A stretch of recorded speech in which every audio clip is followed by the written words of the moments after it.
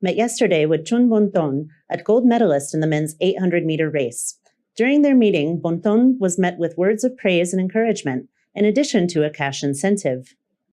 In the meeting, Chairman Remy instructed Bonton to work hard to train and maintain a dignified character so as to be a role model for the next generation to compete as Olympic athletes. Bonton won a gold medal in the 800-meter sprint in just under 1 minute and 53 seconds, marking the first time Cambodia has taken gold in the race.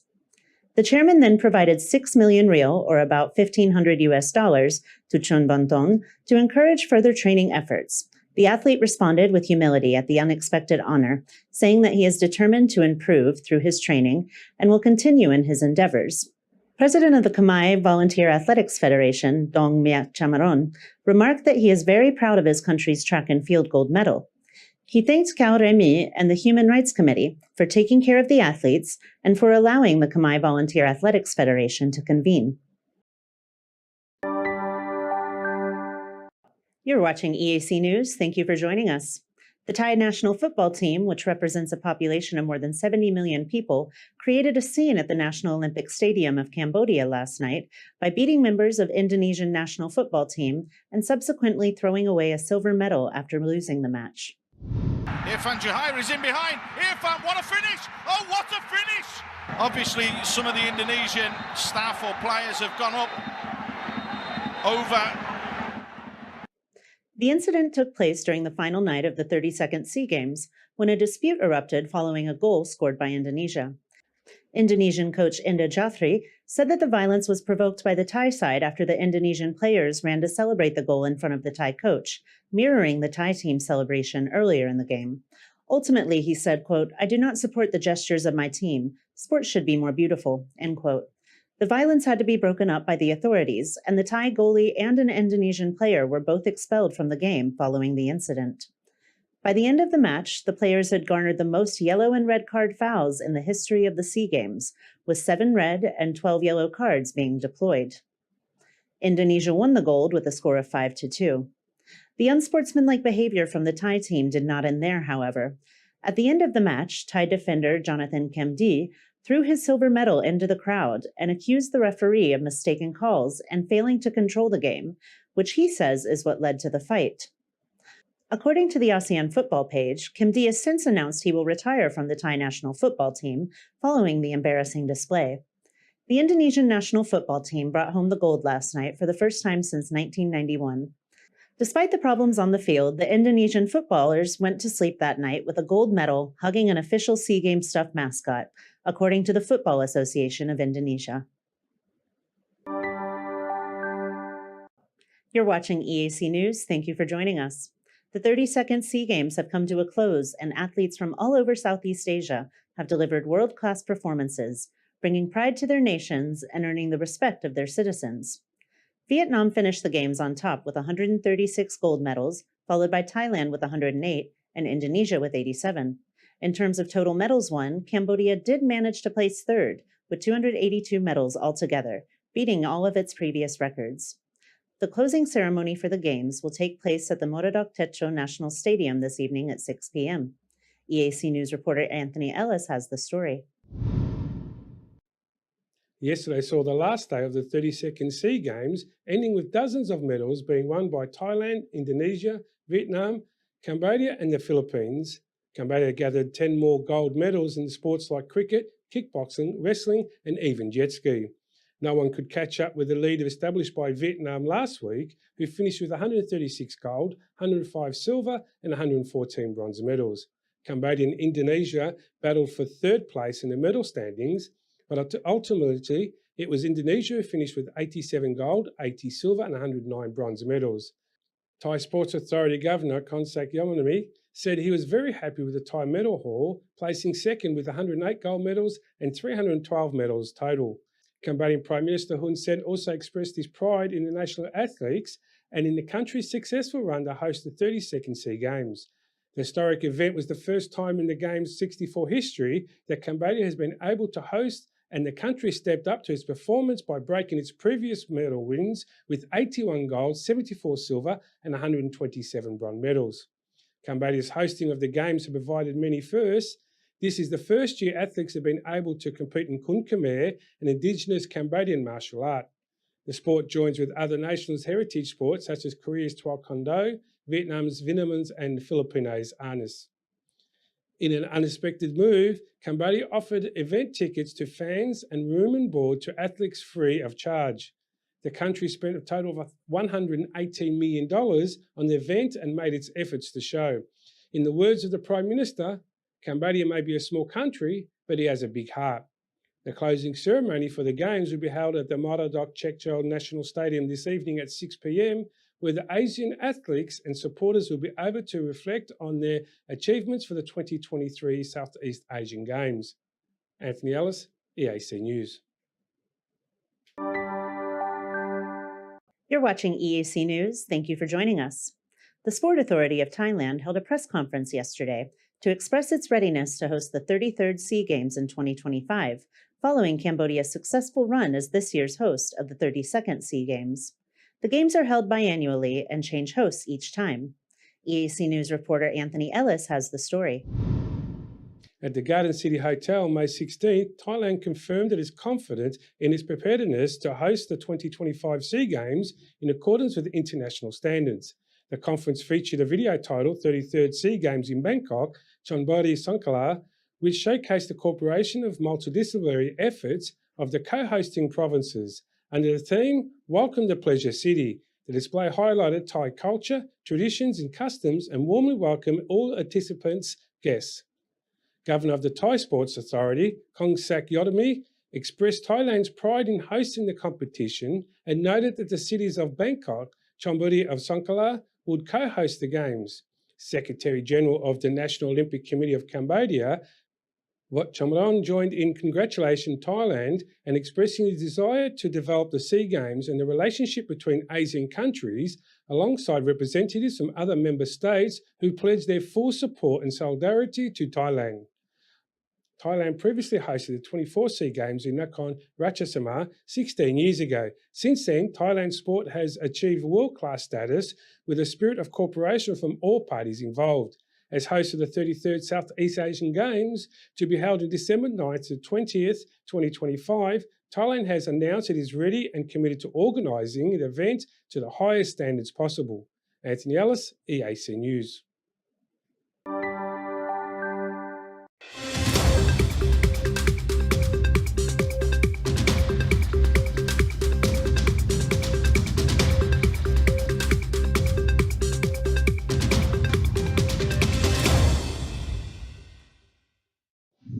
Hi, you're watching EAC Insight. I'm your host, Anthony Ellis. Thanks for joining us. In this show, we'll be talking to three gentlemen who are very experienced in the field of real estate here in Cambodia. Our first guest is Mr. Tom O'Sullivan, CEO of realestate.com.kh. Mr. Tom O'Sullivan's professional career has been centred around startups, including social enterprises, tech, hospitality and marketing.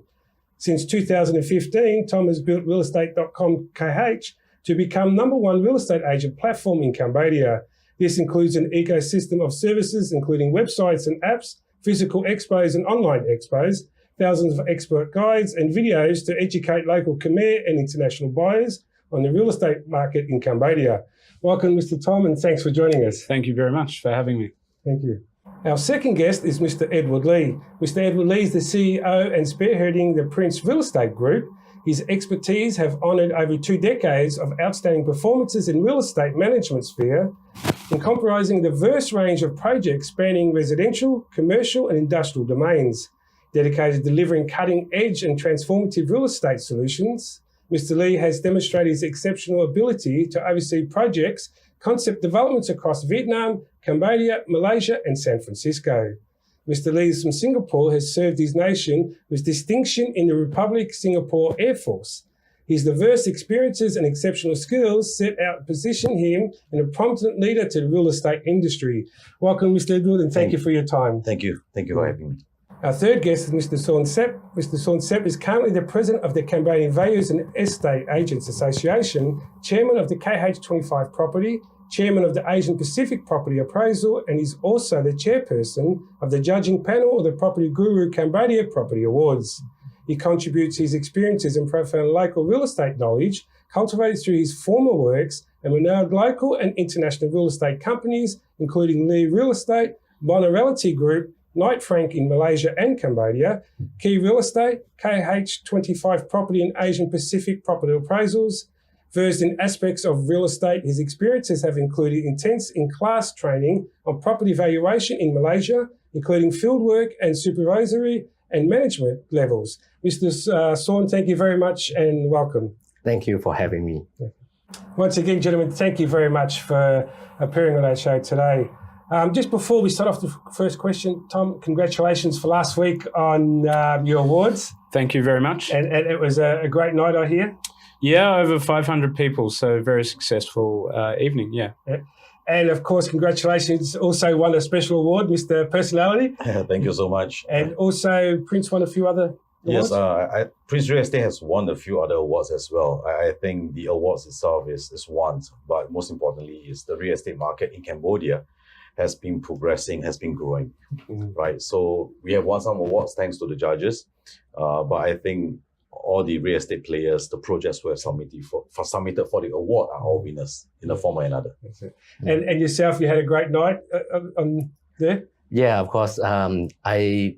present in the award night, and it was fantastic. So many people joining the event. Excellent. Good. Once again, congratulations. That's great. So let's start off with the first question. So let's compare the Cambodian growth in real estate compared to some of the countries in Southeast Asia. Of course, mainly maybe look at, compared to Vietnam, Thailand, in the last 5 to 10 years. Okay. I think because I've involved in real estate both in Vietnam, Malaysia, US, Cambodia for the last 5 to 10 years. Cambodia real estate is very unique. It's a bit different from Vietnam or Malaysia in a sense, because Cambodia real estate is open to more international buyers. Let's talk about Vietnam. Vietnam is a very domestic-driven market with more than 90 million population. A lot of the real estate properties are designed, built, and target to sell to local Vietnamese. So it's very locally driven. In fact, there's a cap on foreign ownerships. Per district, you're only allowed to sell to about 30%. Foreigners for the total district population. Malaysia has been very stable for real estate for the last decade, but the yield performance is maybe in comparison to its neighbors is not so attractive. Cambodia itself is more unique in the sense you have local buyer needs. We have a lot of young Cambodians growing and have demand for their first home or for their upgrading homes. But the population itself, some people think that it's only 16 million Cambodians. It's small compared to its neighbors. But effectively, because Cambodia has a very open investment law, foreign ownership program, very straightforward. As a foreigner to buy an apartment, you just sign an SPA, you own the title direct. Its target market is actually the whole Asia. That's the way we look at it. So we have been saying, and in fact, when we have this chat with real estate experts and professionals in Middle East, when we go overseas for roadshows, they look at Cambodia having a target market of 20 million. Right. So with that, Cambodia real estate growth is different. It is not just looking at serving Cambodians, but also people, businesses who are looking at doing business in Cambodia or buying a real estate for investment. One big difference is that it has better yield performance in terms of rental as investment real estate. Being a dollarized economy, your real estate investment is protected against foreign exchange losses. So, for example, last 2 years, Vietnamese dong have depreciated. Malaysia dong have faced certain challenges with what is happening globally. So, a lot of my friends who have invested apartments to lease in Vietnam, although they used to enjoy a yield of 5%, but with the foreign exchange lost or the weakening of the Vietnamese dong, is as good as you don't see a yield. But in Cambodia, the yield are still there because it's rented in US dollars, you invest in US dollars, you take out your money in US dollars. So that's the first difference in terms of Cambodia real estate market as an investment. Demand-wise, there's always a lot of supply in the market, but supply is always way ahead of demand. They are at least 3 years ahead of demand, right? But I think past COVID, the demand of real estate in Cambodia will definitely be increasing.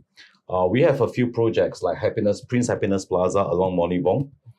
Last year, we are looking at selling about 200 over units. We are already one of the better performers, so-called, in the market. But this year, first quarter, we have close 600 units. Wow. So you can see a significant increase in interest.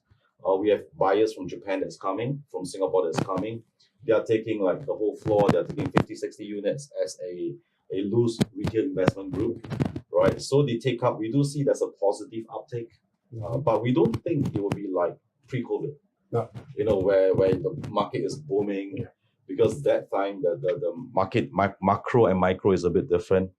But post-COVID, we believe it will be a bit more stable growth, which is better for the market, for the industry. It's a more gradual increase. Demand will get stronger because with more businesses coming back, we now do see coaches at the airports picking up guests by coaches, which we don't see for the last 2 years. So these are all very positive signs.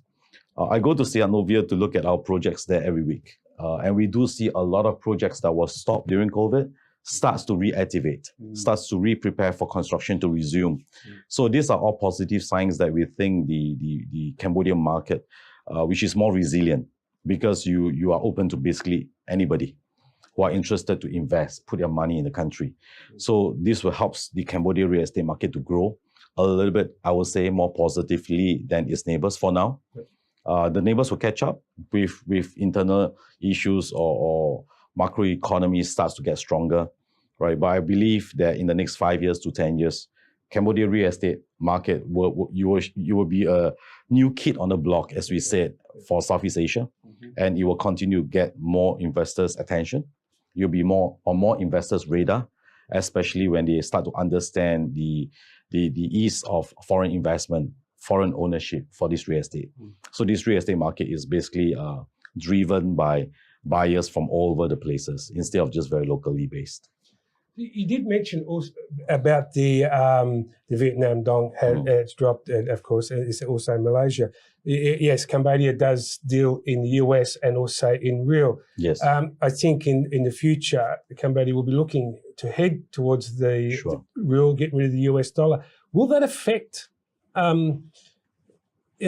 estate then? Because you said now that the dong has dropped compared to the dollar, so that's affected. So you think it will affect Cambodia? Currency, when you start to trade in local dollars, definitely there will be some impact on businesses or on investment, right? But how would the impact be 5 years from now, assuming that happens? Really depends on 5 years from now, how the real performs, how the overall economy performs, right? But if you look at it, generally speaking,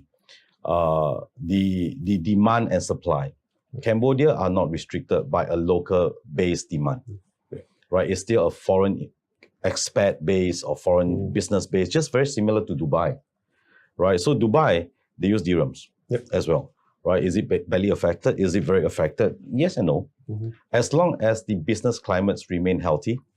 as long as new businesses start coming in and the GDP continue to grow, I believe it will still be okay. And the GDP seems to be growing here. It seemed to have continued on even pre-COVID. And I think the job the Prime Minister has done has certainly moving forward to bounce back so quickly as it has. So where are the biggest areas as in fast growth and slow growth in Phnom Penh itself at the moment, and why are they the fastest growing and the slowest growing? Well, in Phnom Penh we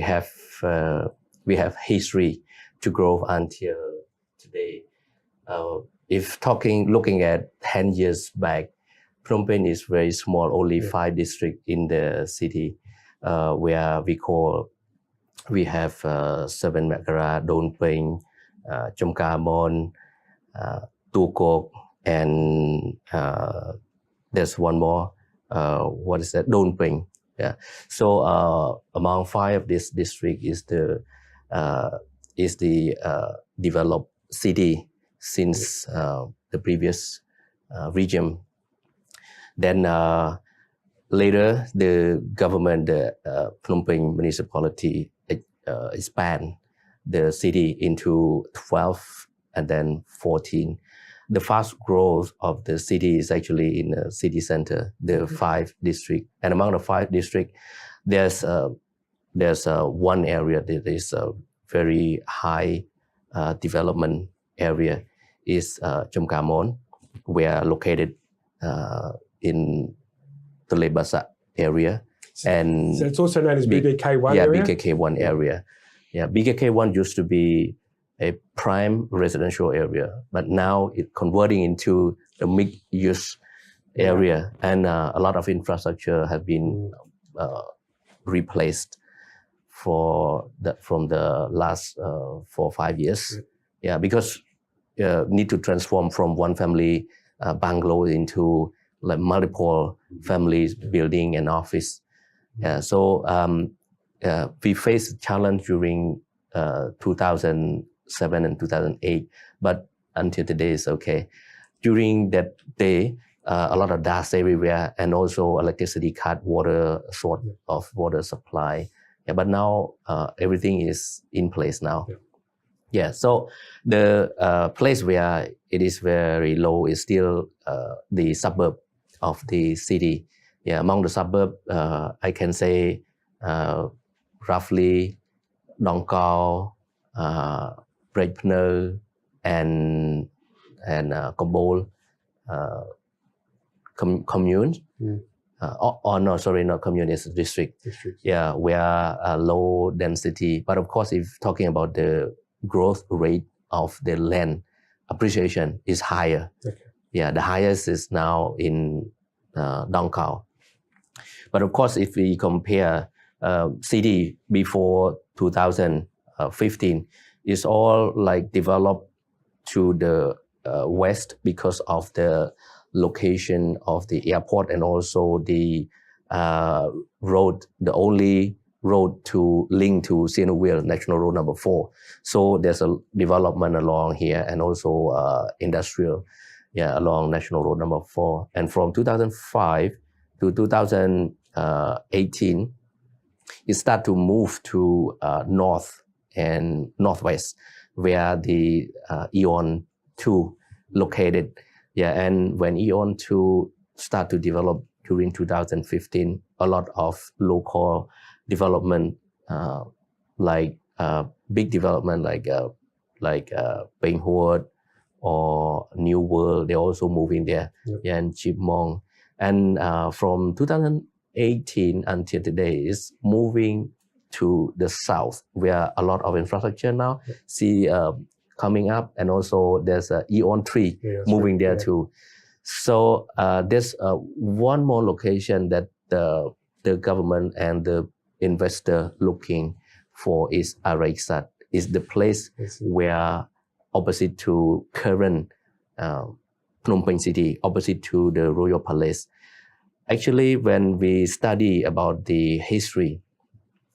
Phnom Penh is the 4 interjunction river city, where we already won the 4 interjunction city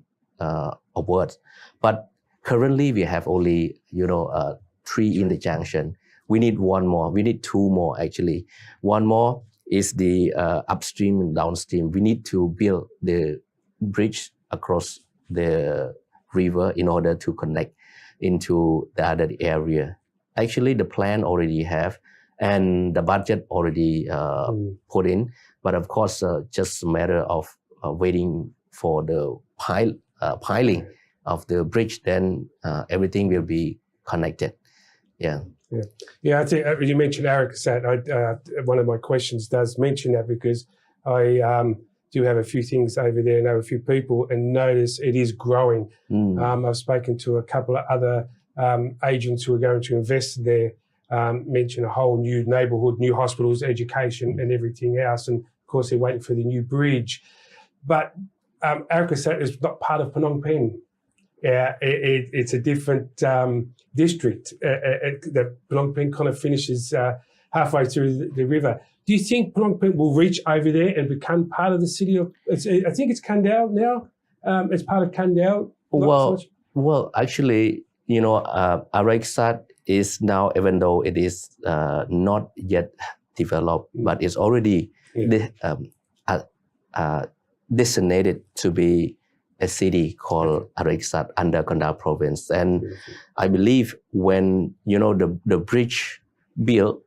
all that area will is going to be developed. And of course, I think it's going to be part of Phnom Penh.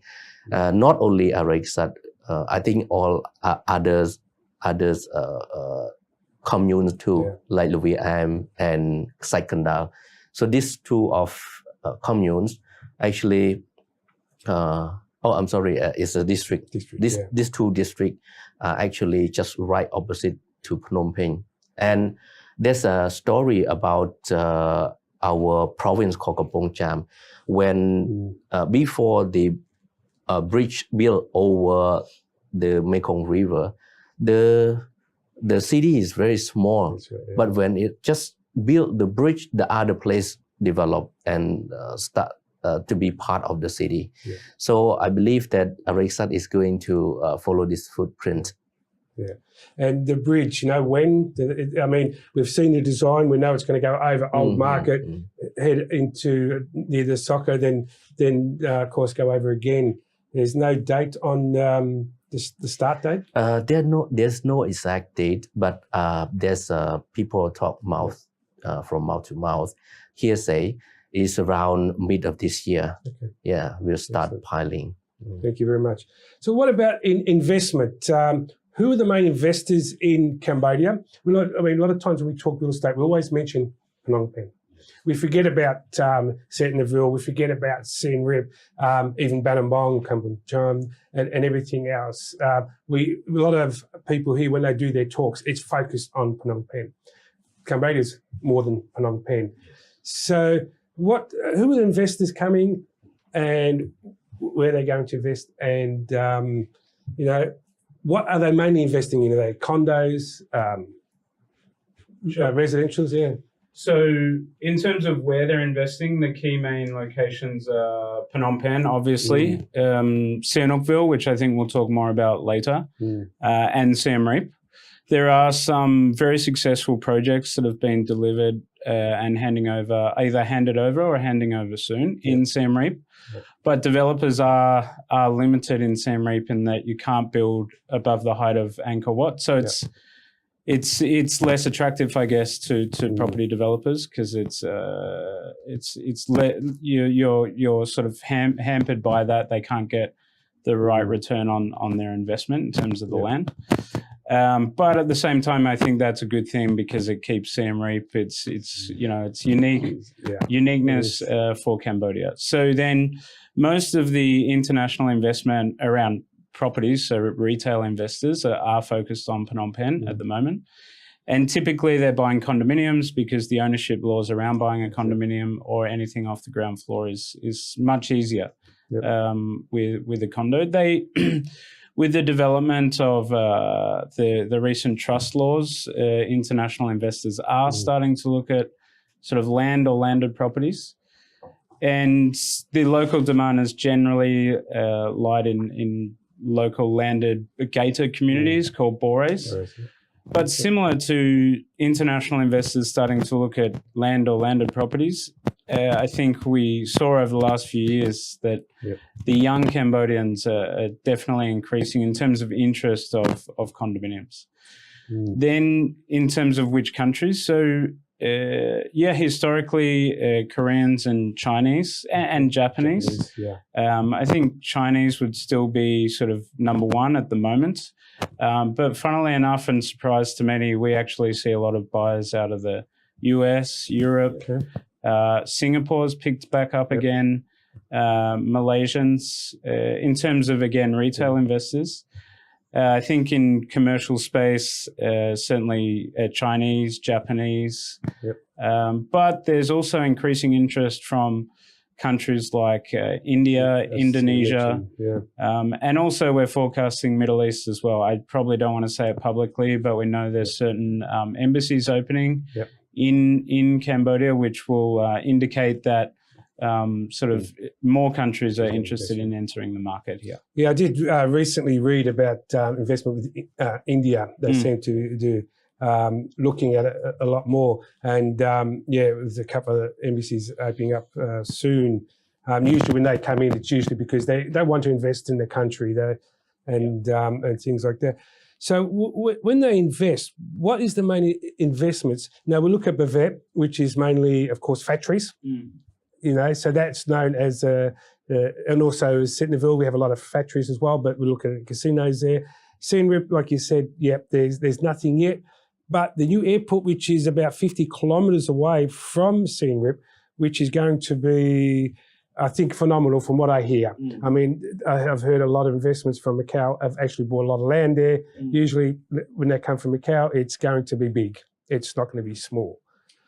Yeah, I mean, for me, to be honest, like I'd be doing a bit of crystal ball work around the future of Siem Reap in that sense. I understand the aspirations. I think that if they can execute it well, it's obviously going to be fantastic. But I think it's very early for me to sort of speculate on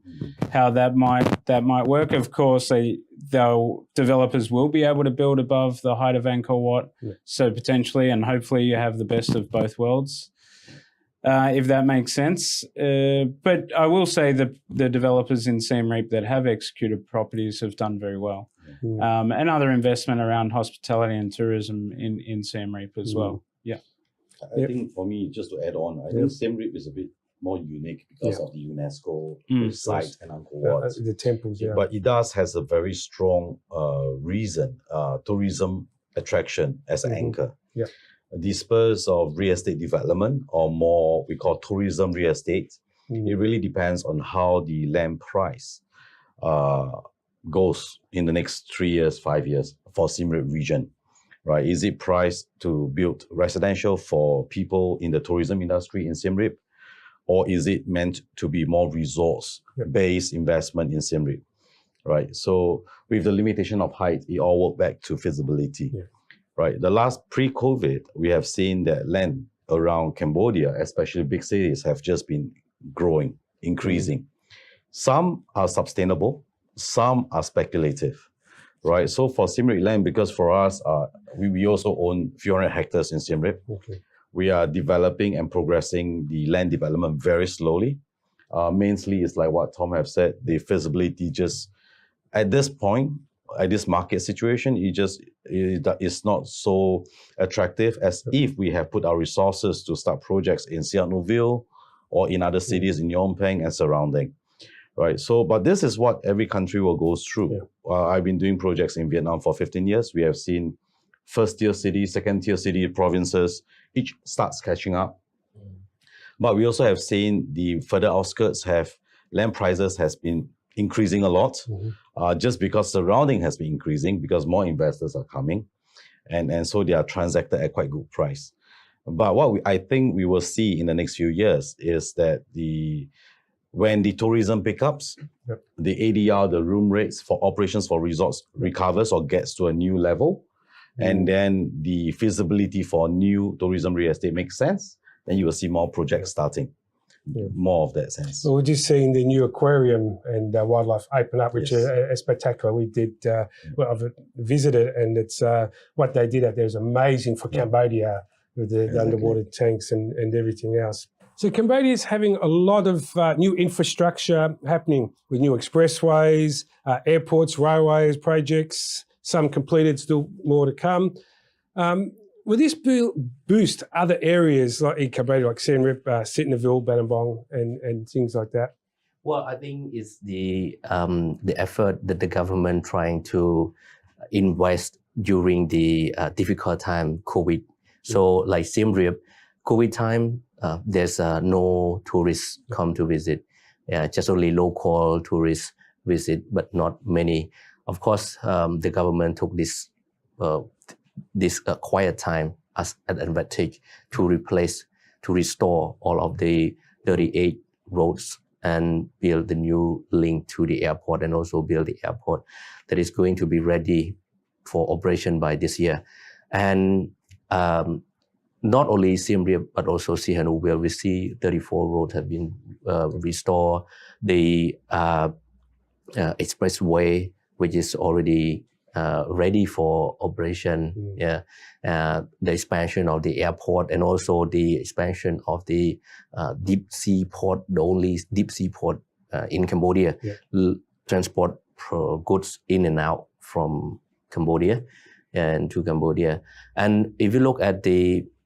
Sihanoukville now, even though there's some issues, the building hang over,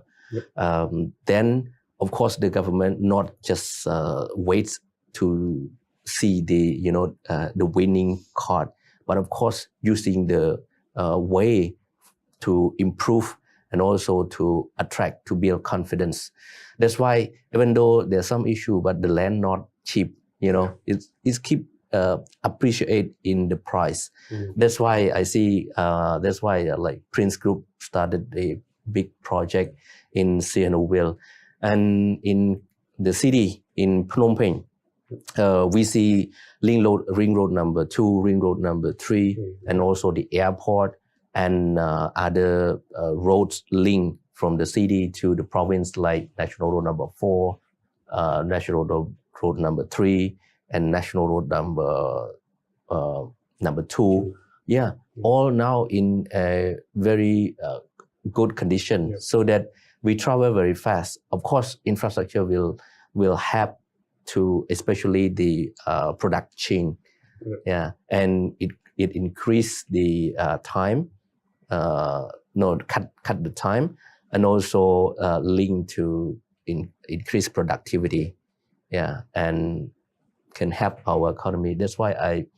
I look at the economy this year predicted to be 5.3. This considered as strong after just the hard time like COVID time. That's right, So I think that infrastructure is playing very important role in our economy, and of course also in property market of Cambodia. If we add on, totally agree on that, because like we have this 954 hectares project in Sihanoukville. Previously, if we go there for meetings, we have to make it a 2-day, 1-night trip. But right now, I can leave at 8 and I'm be back for dinner appointment. It's so much more efficient, right? I mean, thanks to the government, I think that expressway will help to not only boost Sihanoukville's further growth, but also helps Phnom Penh people here to have another weekend getaway, to have more business opportunity, because the cost of business is so much greatly reduced, right? By having this accessibility. And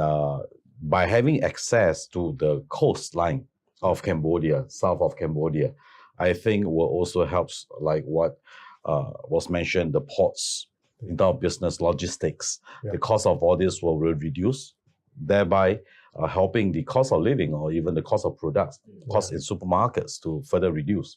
make it a much more better for everybody, and helps to spur the economic growth in a general sense. I mean, just in addition to what Sib was saying about the buildings, the government's recently announced a special operation called Operation UB, which stands for Operation Unfinished Buildings. They've already identified all the buildings above 5 floors and above. They're already investigating each case one by one and understanding the ownership and where is each site at, and plan to provide favourable terms to local or international investors to take over such projects. So that could be tax breaks or whatever it is. But I think over time we will see that plan solve that side of things. But in a weird way, and some people might think it's a strange comment, but the coastline of Cambodia is somewhat underdeveloped. Like there's no sort of holiday pool villas or anything that you would expect to see. And we talk when we talk about, of course, the travelling time now. Sihanoukville, you say you can go there and come back, and that's got to be good for tourism as well, because, like you said, it's the days back at home in Australia. It was going to the beach. It was a family day for a couple of hours and whatnot. So it's opened up to the Cambodians now to go and see the beach and everything else. In fact, we are starting the development of a first coastal golf course.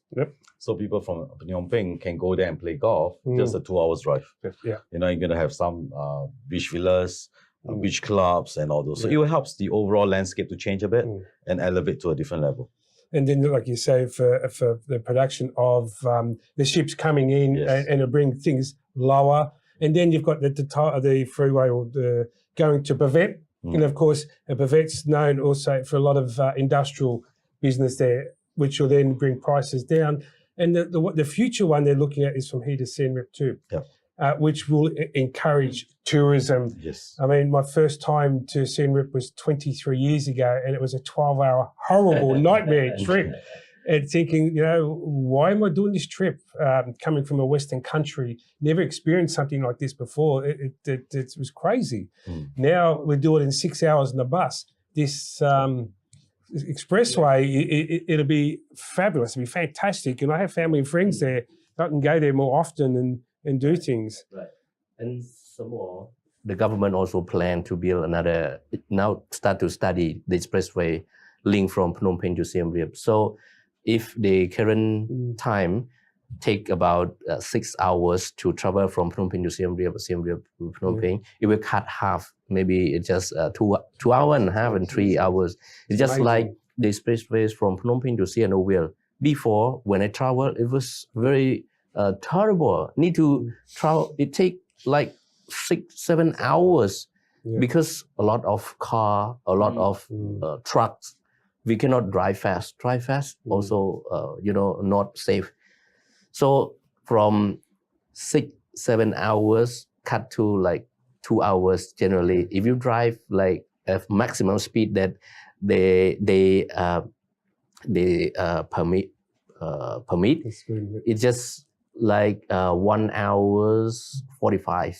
minutes. From the start point to the end point of the expressway. Then once again, it's opening up the experience for the Cambodians to actually see Angkor Wat, who've never seen it before because of the distance. Right. A 2-hour drive, it's a picnic, what we say, a picnic day. Yes. It's funny you say that. I definitely think expressways like Phnom Penh to Sihanoukville has increased local tourism like remarkably, as an example. Yeah. So bringing to our next question, the return of growth of tourism in Cambodia,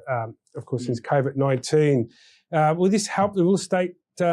industry in Cambodia? Yeah, of course.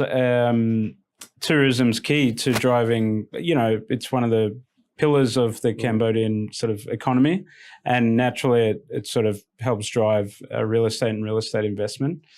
I think we need to, like the public and private sector need to work together to continue to promote Cambodia as a whole and encourage more tourists to the country. For example,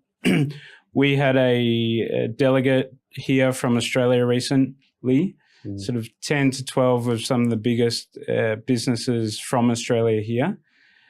And once you get someone to the country, their reaction is that like it's absolutely remarkable. Yeah. And they're always taken aback on how developed and progressed the country actually is. So yes, tourism has a huge positive effect on the real estate industry, but of course the economy as a whole. Yeah. So we've already seen sort of the return of tourism impacting positively on the real estate market, and we want to encourage more tourism. I think people outside Cambodia have that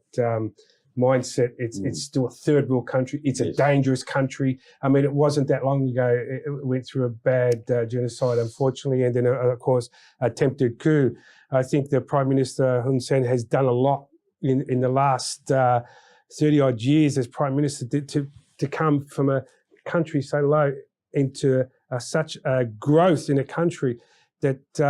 people don't understand it. And when they get here, it's just like, wow, is this what we know what Cambodia is like? I'm a 23, 24 years I've been coming here. I've seen the big changes. And going home, people say, well, you're crazy. So when you don't know until you get here. And when they do get here, it's like, we understand why you live here now. We understand why you do this. It's not only is it because the Khmer people are friendly in general, but I mean, it's such a beautiful country. You drive a couple of k's this way, you've got countryside. Now the Sihanoukville so close, you've got the nice beaches. And what? Yeah, and presents a lot of good business opportunities as well, right? So, it's outperformed Thailand in terms of growth for the last, 7-8 years. So, and has continued to do so through COVID. Exactly. Also, there's 4 major malls at the moment that we know. The 3 Eons. Now we have the new Chipmong also, and a lot of smaller ones, also a lot of which are major. Chipmong just seem to build little malls. But they say the occupancy rate is about 70%. So it's, I suppose it's low for amount of malls, and I think that the growth of the amount of malls there is here is that needed to be that many malls. Yeah, we have a lot of international companies now coming here. I mean, I know with Prince just launched their new mall near the airport now. Also with a fantastic opportunity for someone to go in there and rent for 12 months free sort of package. But compared to 2019, the growth I found it hasn't gone as big as it did now, as it did then. But we still have a lot of these things opening, a lot more cinemas, you know, and even every major mall, the bigger ones, have these name brands, you know. Well, I think what the retail or mall, shopping mall market in Cambodia is facing is very similar to what we see in Vietnam for the last 7-8 years, or even in Malaysia before, where you have a few big malls, but all the shops inside are the same. You know, there's no difference. It boils down to two parts. Recently, at our Prince International Plaza on the way to airport, we started this 12-month free rent program. But it's together with the Cambodia Youth Entrepreneur Association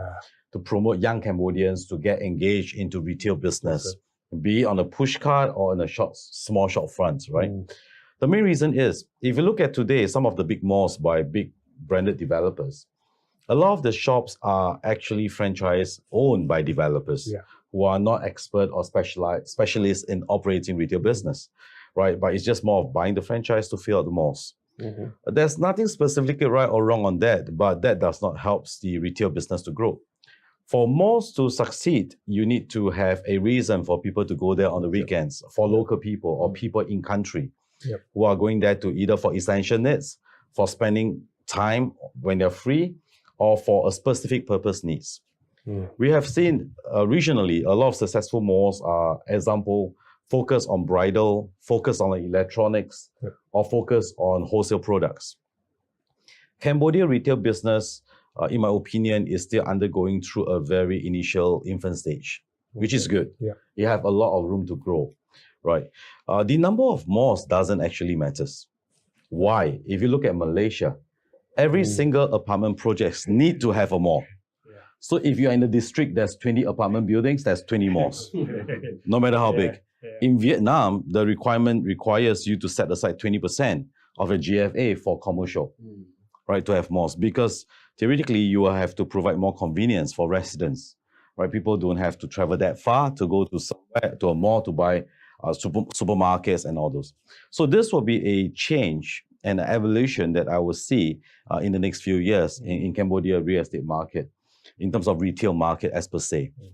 Right now, we are, for us in Prince, we are actively going overseas to talk to more retailers who have not been to Cambodia yet, to try to bring their brands, their products, their services to Cambodia, right? So this will be an ongoing effort. I think together with Tom and realestate.com and with the associations, we need to promote this retail market of Cambodia a lot more. Right now, the malls average occupancy, even for us, right now we have 3 operating malls. Our occupancy hovers around 70%. And then we have 3 more new malls coming up next year. Right. So instead of just looking at current retailers in Cambodia, right now we are sending our commercial teams to Malaysia, to Japan, to Singapore to start talking to retailers, retail association there, to attract them to come here and do a trade mission study. And hopefully they will together bring their businesses here. Because Cambodia is still a good market in terms of being able to do business in US dollars, in terms of a strong expat base that usually give you a better margin in terms of products sold or services offered. Like you say, you know, any mall, you can go to anyone, you can find the same thing. Now we've had, of course, H&M have just arrived, Zara opening up soon in Chipmong. So we need to bring something to come. Why do I need to come to your mall? Why do I need to do this? But also we need to start bringing the local people who can afford a lot of these things. I mean, not many people can go to Tommy Hilfiger and Guess and those sort of stuff, which every mall's got. We need to have more purpose. That's correct. In fact, for the Prince International Plaza, we are now upgrading it to entertainment mall. Yeah. So we are now talking to partners in Singapore to do indoor go-kart. Yep. We are doing a new form of bowling alley. We are bringing the biggest children indoor playground, Yep.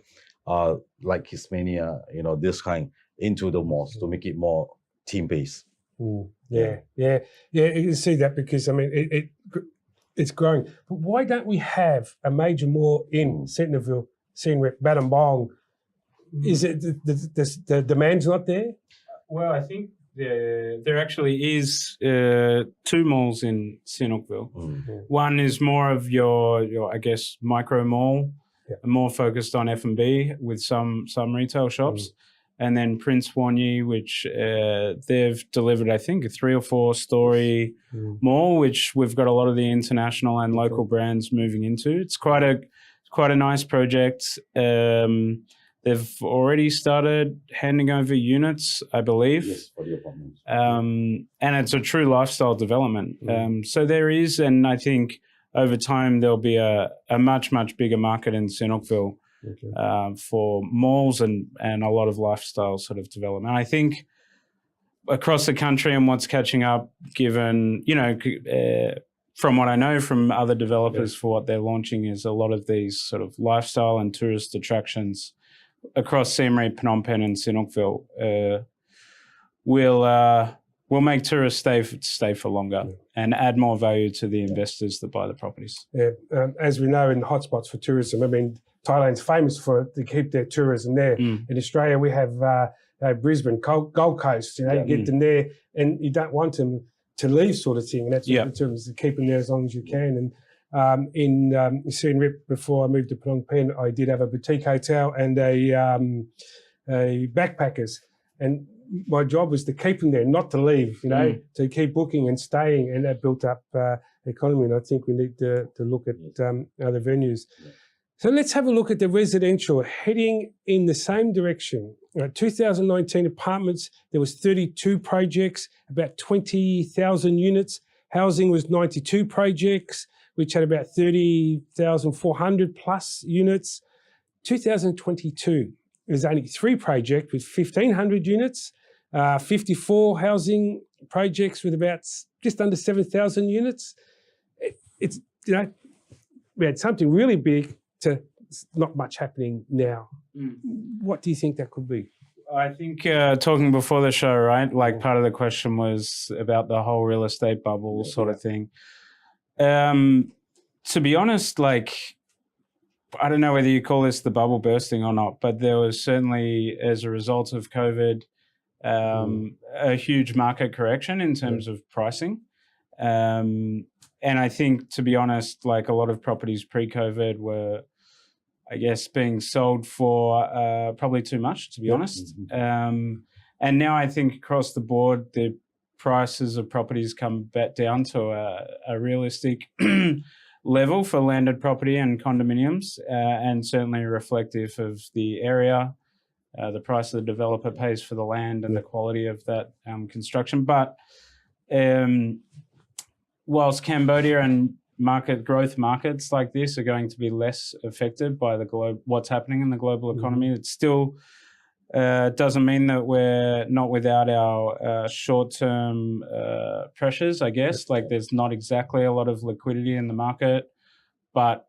a lot of people are asset rich. With the return of tourism, that's going to obviously increase more money in the market. So then we would expect, liquidity to improve for lower, middle and affluent Cambodians. So I think there's still a need for more housing in Cambodia. I just think, maybe now and certainly before with the pricing, it was really out of reach for a lot of the middle class, which is which is the large majority of the housing needed in Cambodia. And in terms of apartments, well, I mean, I also think pre-COVID, I think there was a lot of properties that were built that were sold for too high a price and weren't going to ever deliver on the quality, to be honest. But I see some silver lining in this. I think a lot of the projects that was those sort of projects pre-COVID, where the buyers probably do expect a return of, 5 to 8%, might not get this, but I think this fills the need for apartments to rent for Cambodian sort of students and the young Cambodians moving from the province that need apartments for $200 to $300 a month. Yep. Because the reality is some projects have even launched during COVID and have been proven to be very successful. I mean, there's a project in BKK1 that launched maybe 11 months ago, and I think it's 85% sold. So it proves that there is a market and there's demand locally and internationally. But developers really need to understand their target market. And it would seem like before COVID, it was a race to launch a new project because it was relatively easy to sell, right? So I don't think it's about a bubble. I think there's been the market correction in terms of price. I think it would certainly be a buyer's market today if you're coming in with cash. But there's definitely demand for renters. And I think as liquidity improves in the market, there'll be more local buyers as well. Excellent. So we're also seeing an increase in high-end hotels entering the market. Why do you think this is? We just had the new Flatiron just opened up, and the new Chitmong building, which has the Meridian, or the Marriott. So there's a lot of high-end all of a sudden entering Cambodia. Why? Well, I mean, I can start. I think you can both add a lot more value to this question than I. But I think we sort of had undersupply of high-end branded hotels for a long time in Cambodia. Well, I think certainly in Siem Reap still, and Phnom Penh to a point as well. Edward understands the Sihanoukville market a lot better than probably both of us, but I would say it's certainly also lacking in Sihanoukville as well. Yes, I think with the flights coming back, with more tourists coming back, the demand for high or better quality hotels will be there. That's number one. Number two, also because of the land price. When you're building, like we develop a few hotels. We have Prince Times Hotel in Sihanoukville. We are building a few high-end 5-star villa resorts right now in Sihanoukville as well. Because of a land price, you need to achieve a certain ADR. And to achieve the ADR, only usually at this point, only big brands that can attract certain people to come here and use it and stay and willing to pay that kind of price, right? So that the project is feasible. That's the second point. Third is with the tourism service and ecosystem improving day by day in Cambodia, you're going to get more free and easy tourists who has a higher expectation of the kind of lodging they book online, right? So this will also drive the demand for high-end hotels. And also because a lot of high-end hotel operators like IHG, which we have always been talking to bring in a few more new brands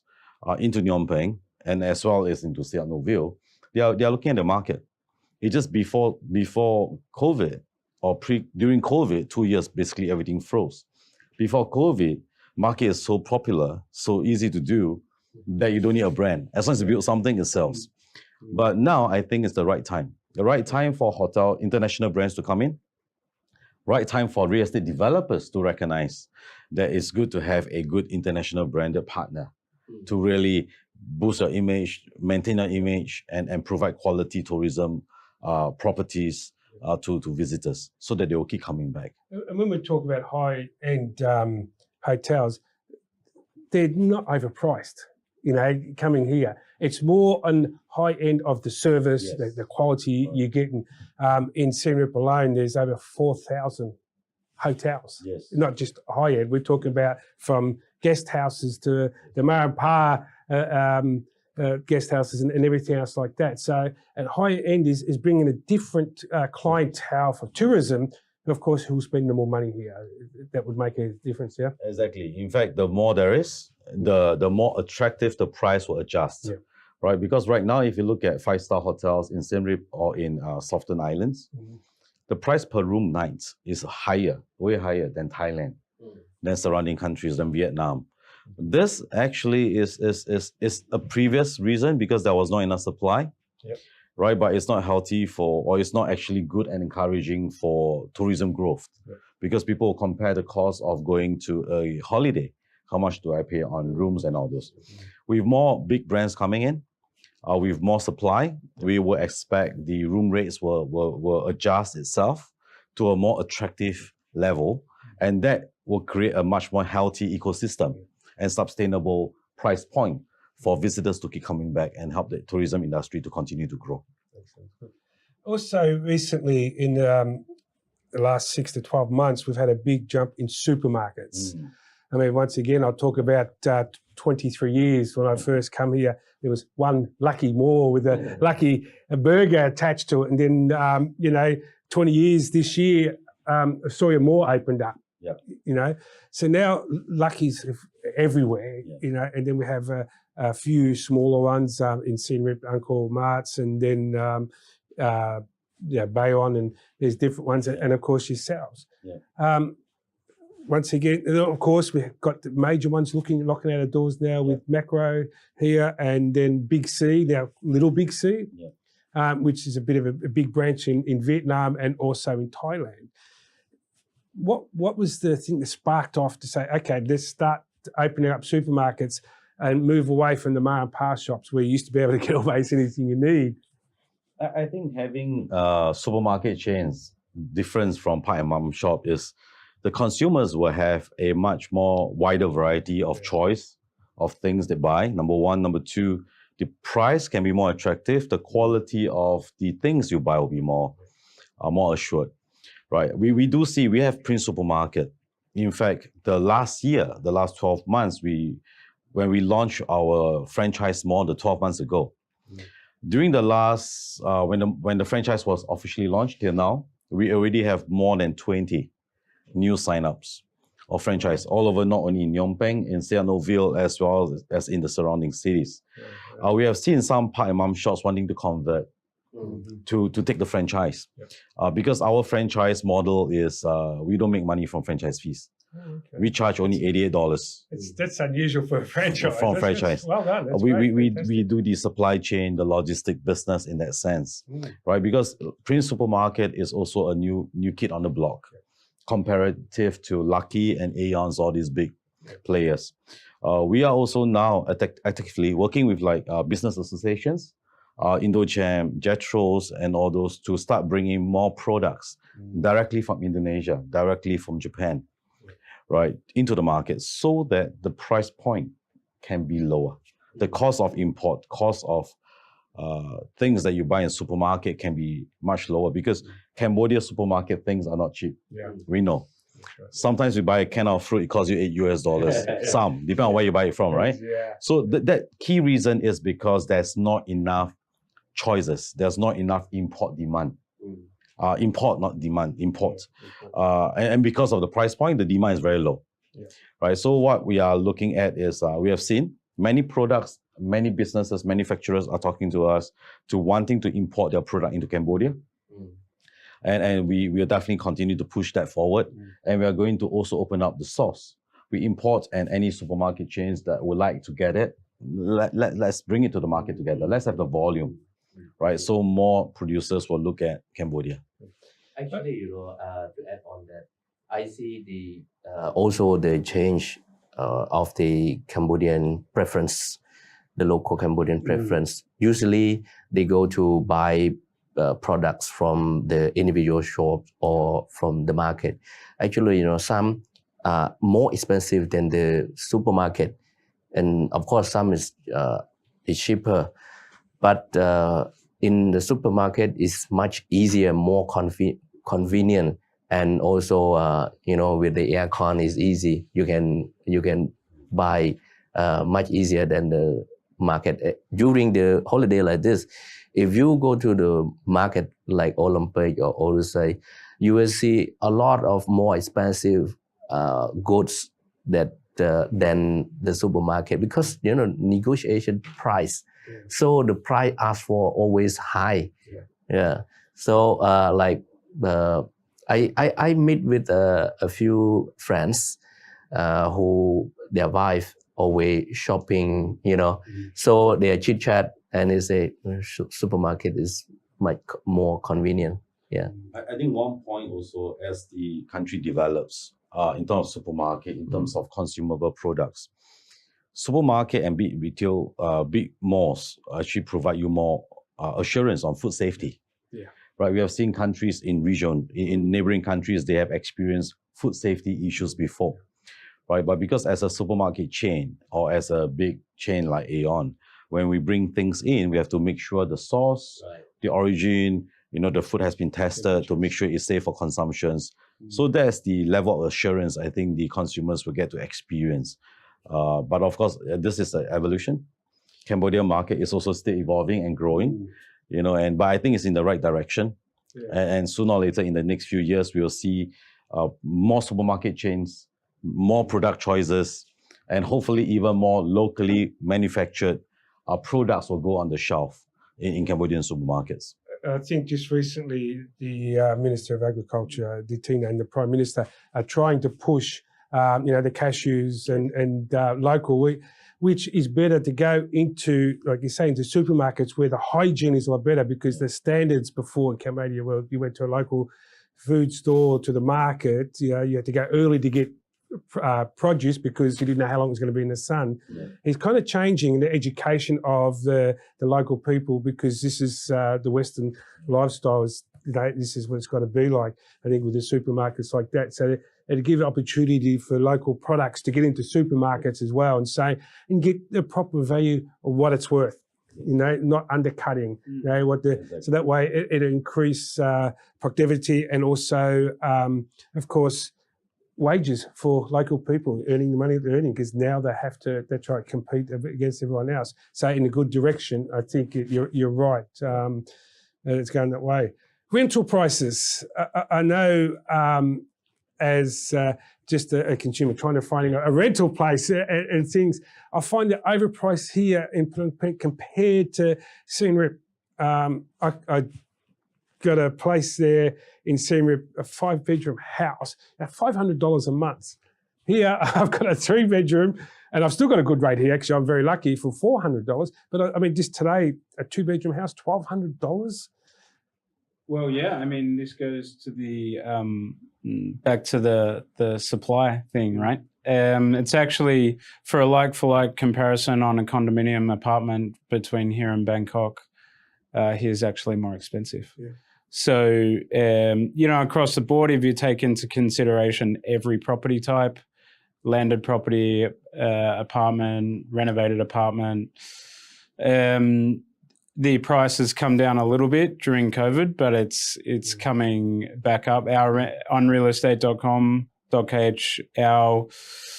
inquiries are definitely back up to an average of $1,000 and above. And as more supply comes onto the market, we hope it remains at $1,000. It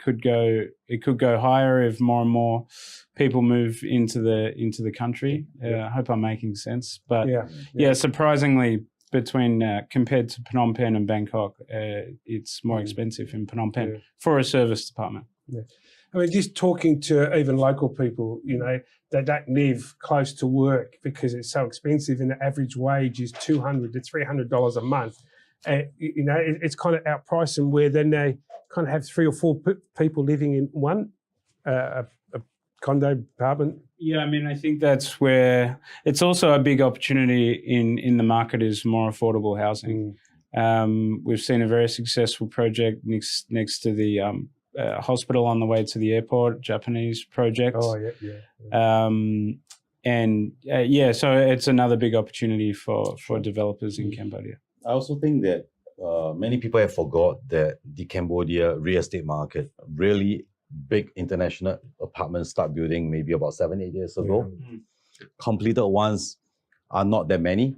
although we see many. But if you talk about as a tier one city per se, as a country, as a city per se,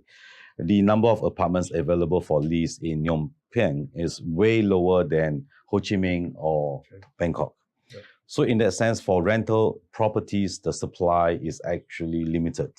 compared to the speed of foreigners coming in here to work, to move here and so forth. So that's the reason why we do see that the rental pricing here is good. Good in the sense for investors, it's very good yield. Yep. That's why a lot of people come here to buy apartments. You get, in fact, compared to Malaysia, I mean, surrounding countries in ASEAN, other than Singapore, Phnom Penh maybe give you one of the best rental yield, right? But of course, on the flip side, on the high side, for tenants, you have to pay a bit more, right? But looking at the income level, the salary level for expats in Phnom Penh is actually also a little bit better than Malaysia. Or even Vietnam. So it's in relationship. So if you ask me, is it healthy? Is it a healthy trend? I would say that yes, expats have to pay a little bit more for rental, but the trend, the ratio is not alarming. It's how a city will evolve by itself. It will adjust by itself in terms of rental price and so forth. But as a whole, I think it does keeps Cambodia as an attractive investment market. We do see that in the next 2-3 years with more projects finishing. In fact, this year, next year, there's few projects that will be finishing. The rental price may taper off a little bit, but I don't foresee it will be tapering off a lot because of the price for the property itself. You know, you still have to maintain a certain yield, right? But that I think is still an evolving trend that we'll see. Yeah, and an increase of multinationals entering the market, so more renters because more foreign expats. Yeah. I think also we forget in the Western countries, I'm not sure about Malaysia, Singapore or Vietnam, everything's included, furniture's included. See, back at home, we're not used to that. So that's why you've got to pay a little bit higher. You've got to pay for your washing machine, your oven, your furniture. And that's one thing I found that it's great here in Cambodia is if you move, you don't need to buy and drag a lot of stuff halfway around the city for you. So that's got to, of course, compensate for rental prices as well. Exactly. Yeah. So what is the future for Cambodia real estate? Will the bubble burst? Will it grow? We spoke about Arikasat. Looks like coming part of the new future with new investments. We're in Ras Al Keo in this area. We've seen a big Boré just getting built down the road. Chong Trava's getting a new bridge built up. And as you head towards further, towards the factory and all that, it seems to be just expanding and expanding. I think maybe Edward, the experience in the region, maybe he knows the more than me about the growth of the city and the city expansion. But of course, I just look at the Cambodia alone. I receive a lot of question and many years back, always ask, is the situation now, the supply is over? The supply is over. It's actually the free market, like Edward mentioned. The supply is often generally about 2 years, 3 years, 4 years ahead of the demand. And it's been like since 2007, 2008 until today. And it keep growing. It keep growing up, down, but the graph is moving up, So I think, in the sense that because of the COVID time, especially the traveling restriction, so there's no tourists, no investor coming to Cambodia. That's why you see this year or last year, the new project like apartment building is not much, right? It's from very very big into very small. I think this thing is because of the investor idea or forecast that there will be not so much overseas buyer come to Cambodia, because most of the apartment is about like 70% for overseas market, whilst the local demand is picking up by the new generation. And I think for me, even though the supply is more than the demand, but I strongly believe in the market, real estate market, Cambodia. You look at the tourists coming in the country, opening up, the infrastructure is there, ready for any business, for any opportunity. So things have been done, just waiting for the thing coming in. And we're not waiting. Actually, the government and the private sector is trying their best to attract the new investor to come into Cambodia. Of course, we need money into this market. Then everything will start to move. So I believe that when the tourists come to Cambodia, they will spend the money. I heard that the Prime Minister Hun Sen talked to the Chinese government. They have sort of agreed to have 300 airplanes to come to Cambodia during a week. So 300 a week, that's a lot opportunity. Of course, this is the plan, but hopefully, turn into real situation. And especially Sihanoukville, there's the new budget deal policy apply into the Sihanoukville city for the hangover building, and also the direct flight from China to Sihanoukville. And I think that Sihanoukville is going to be a very modern, big city in probably in 5 years' time. And of course, Prince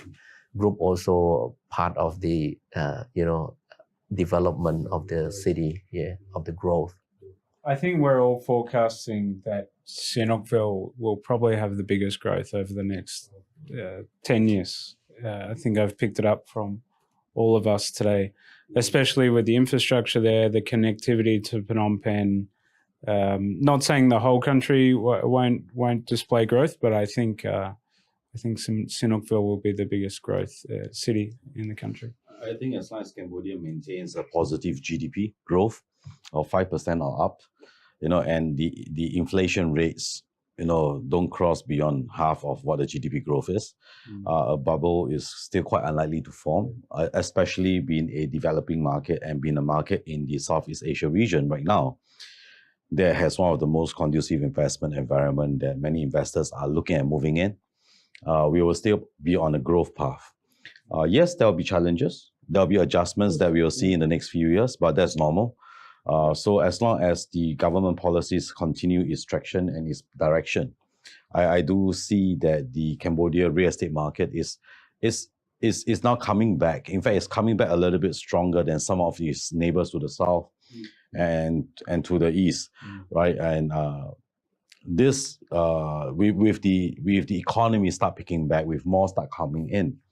with more foreign funds and people start coming spending money here, this growth will be able to still sustain itself for at least another 5, if not 10 years before we see another market correction. We've seen with the Prime Minister, obviously coming out of COVID and for the DGB to jump up to, I think it's about 6.9% at the moment, has done a fantastic job to be able to get out of that so quickly, because it stopped the whole world. It wasn't just Cambodia; the whole world completely stopped. It brings back memories of of movies of the worlds that completely stopped and things happen. But for him, the Prime Minister, to bring it back up in such a short time, it proves that obviously he's a great leader, and what he's done for Cambodia over so many years. Now, to put you all on the spot, 30 seconds.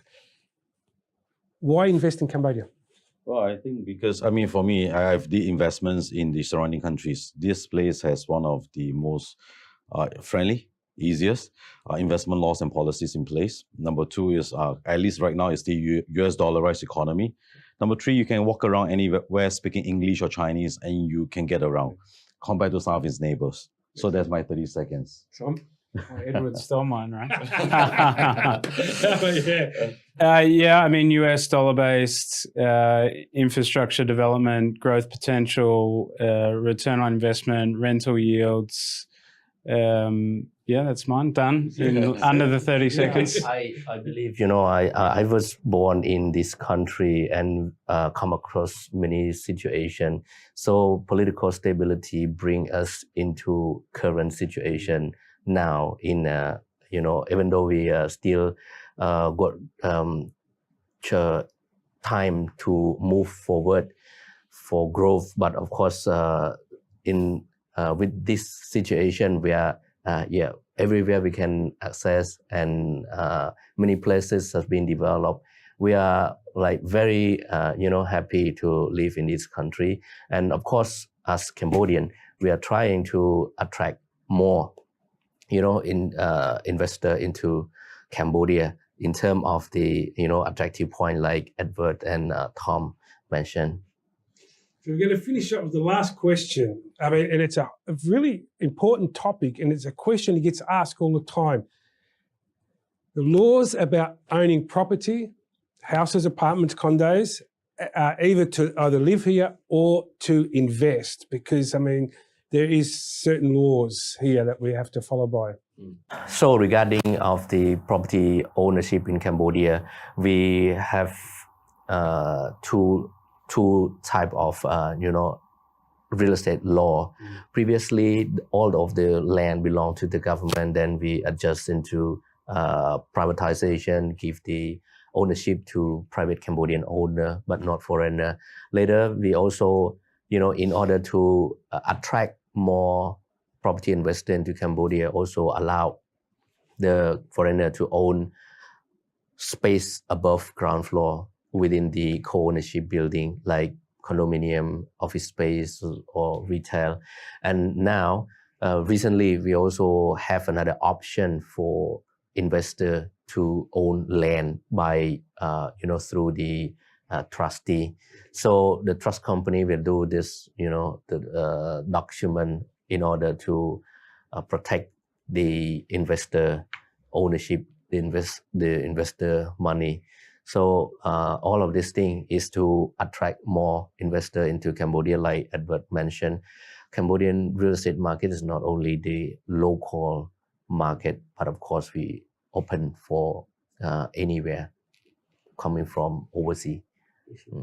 Any final words before we finish up? No, all good. I mean, for me, I think like locally, I just encourage developers to consider the end user and whatever they're building, to also in terms of the rentability, encourage them to think about their buyers, and if it's focused on the local middle class, that I hope that the quality of construction matches price, and similar for international investors. I think we all agree that us, along with local expatriates and Cambodians, have really banded together to get through COVID over the last year and a bit. We've certainly seen the recovery, so I think that's great to see. And for anyone overseas, I just really encourage them to come here, because as we've said today, once someone lands in Cambodia, they really opens their eyes and quite surprised at how developed the country actually is and how progressed the country is. So basically, just come, give it a chance, have a look, book out one of the high-end hotels, and spend a bit of time. I mean, regardless of what type of tourist you are, whether you're a businessman looking for opportunities, whether you're a backpacker, whether you're a family, whether you're looking for a mid-range hotel or a high-end hotel, I mean, there's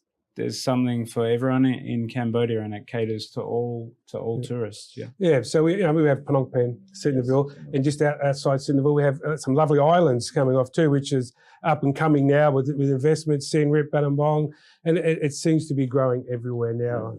And it's a great opportunity. You can say it's almost a buyer's market because it's so new. It's like a baby for Cambodia. So everything's still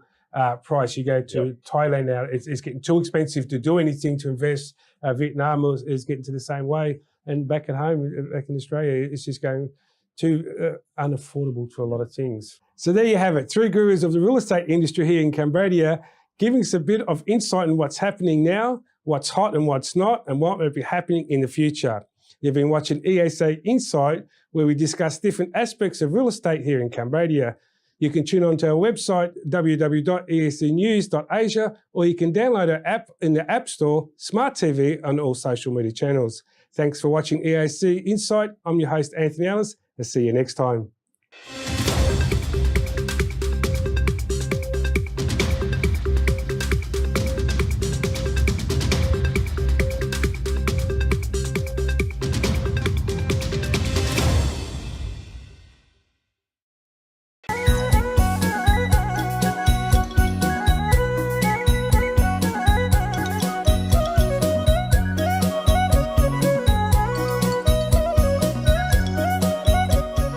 ការពង្រឹងវប្បធម៌និងគុណតម្លៃប្រជាធិបតេយ្យគឺដើម្បីផលប្រយោជន៍ជាតិនិងប្រជាជនកម្ពុជា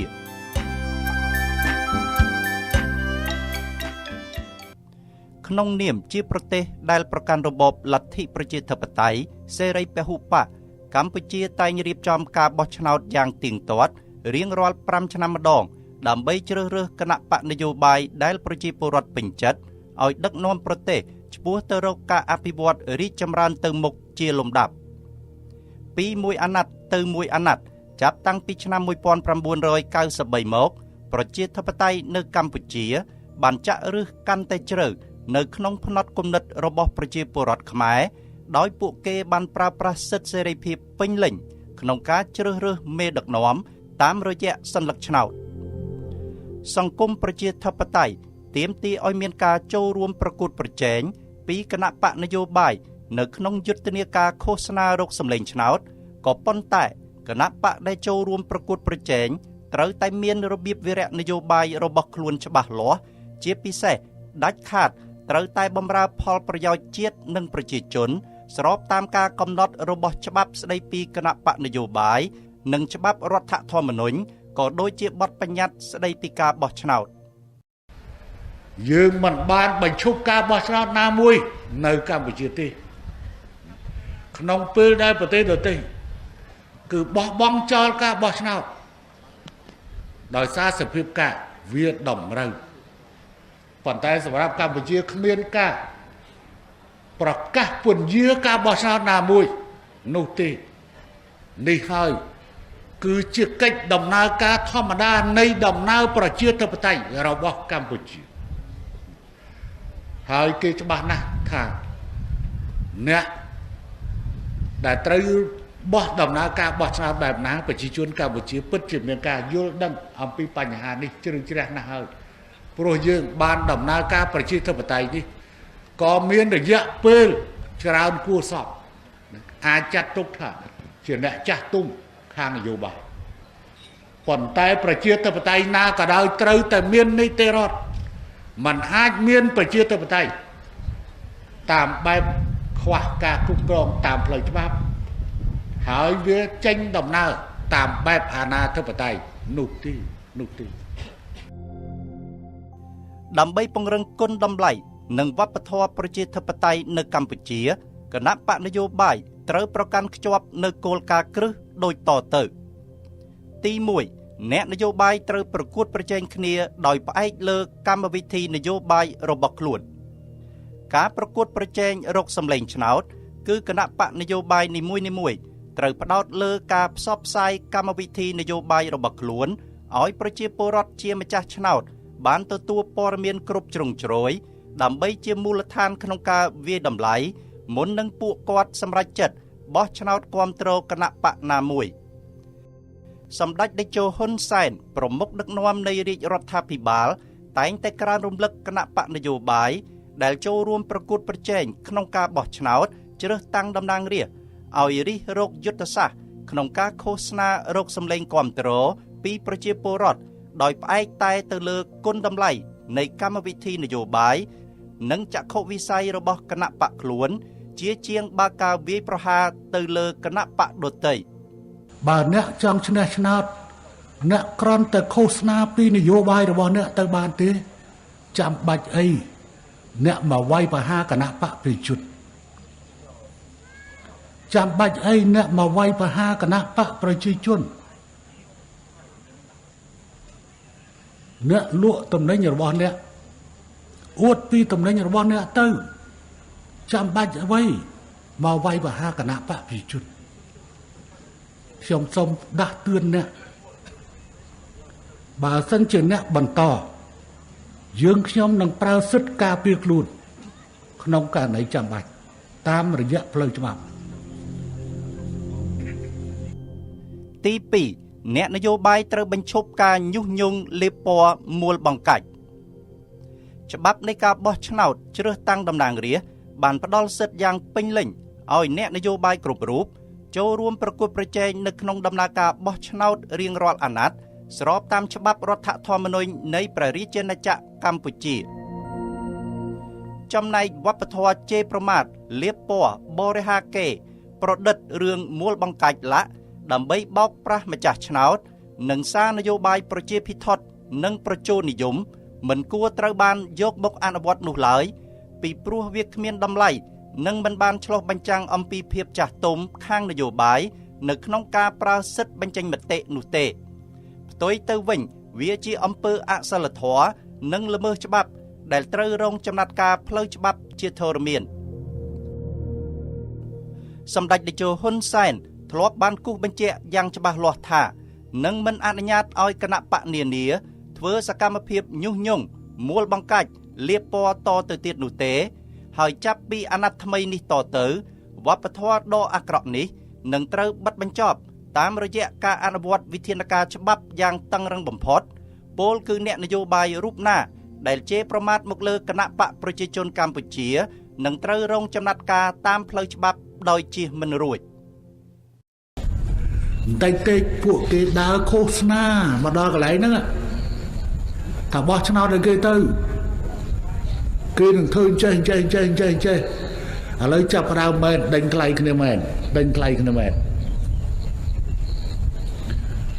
ញគណៈបក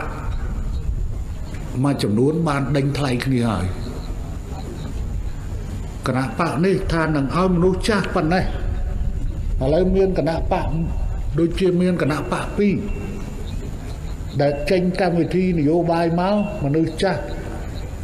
ព្រោះមានគណៈបក1គេឲ្យ20,000មានគណៈបក2នោះចេញមកឲ្យ25,000ខ្ញុំមើលនៅក្នុងហ្នឹង25,000គេឲ្យមនុស្សចាស់កម្មណែប្រាក់ខែបកបរមាគណៈបក1នោះគេឲ្យ2លានឥឡូវមានគណៈបក2នោះគេឲ្យចេញមក2លានកន្លះនឹងមានគណៈបកចូលដេញថ្លៃហើយព្រោះអាដំណាក់កាលនេះដំណាក់កាលដេញថ្លៃទៅជាសន្យាទៅ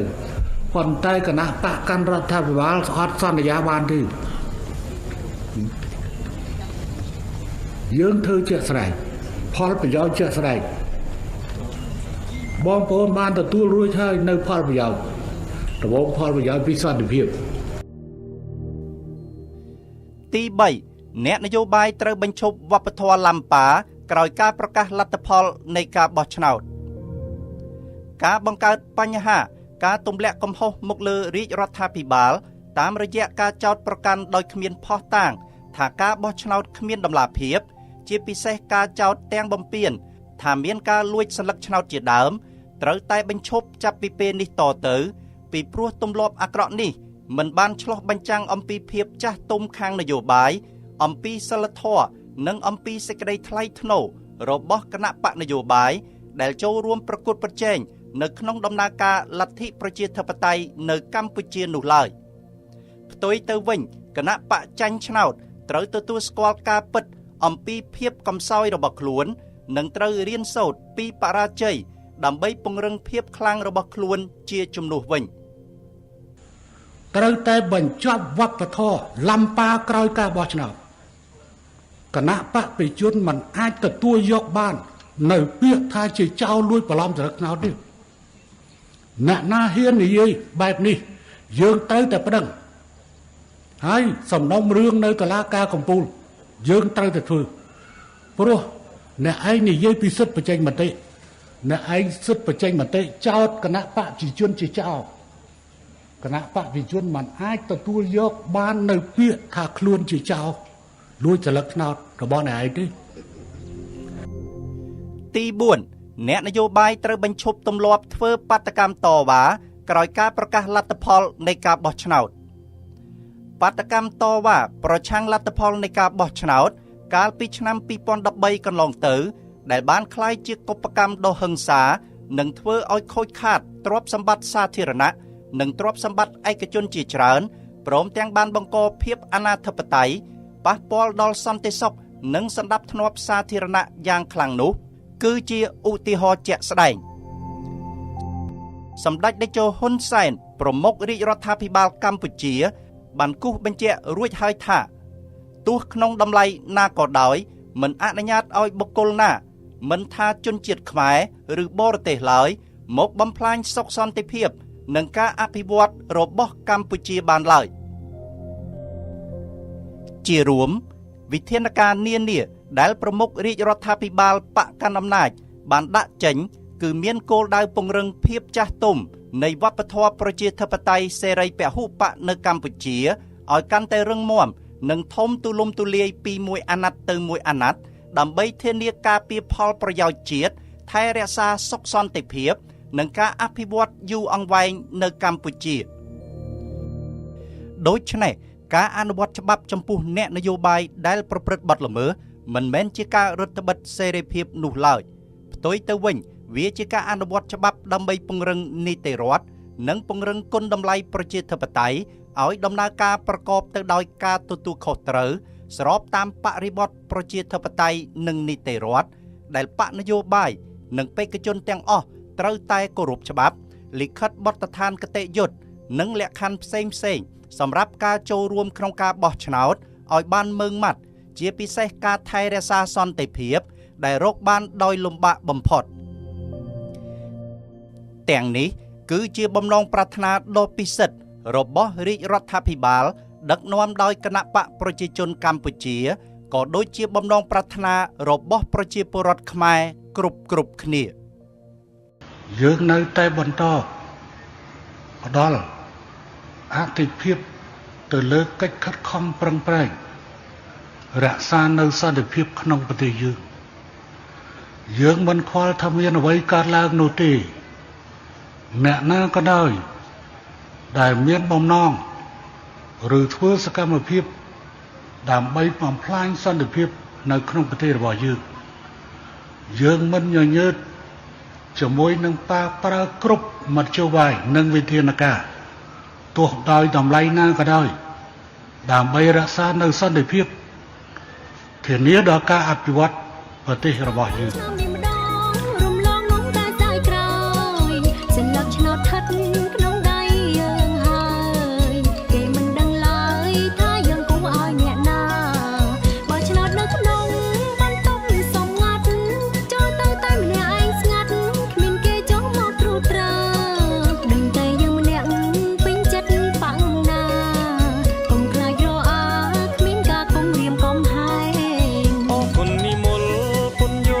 ច្បាស់បងមិនអោយខំឱកាសរត់រះអោយដល់កន្លែងបោះឆ្នោតតាមថ្ងៃកំណត់ជាក់ស្ដែងប្រើសិទ្ធិខ្លួនឯងជ្រើសរើសអ្នកដឹកនាំល្អ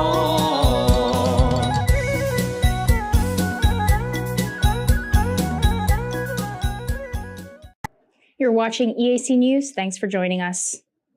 Prime Minister Hun Sen stated that Cambodia has been subject to a number of misfortunes from unnamed countries that claim to be democracies. He added that any sanctions made against Cambodia are not effective and further warned these countries to be careful not to make a third mistake in Cambodia. Speaking at the graduation ceremony for students of the National Institute of Education on Tuesday morning, Prime Minister Hun Sen alluded to the mistakes made by certain unnamed countries in Cambodia in the past, the first of which he said was supporting the coup to overthrow King Norodom Sihanouk.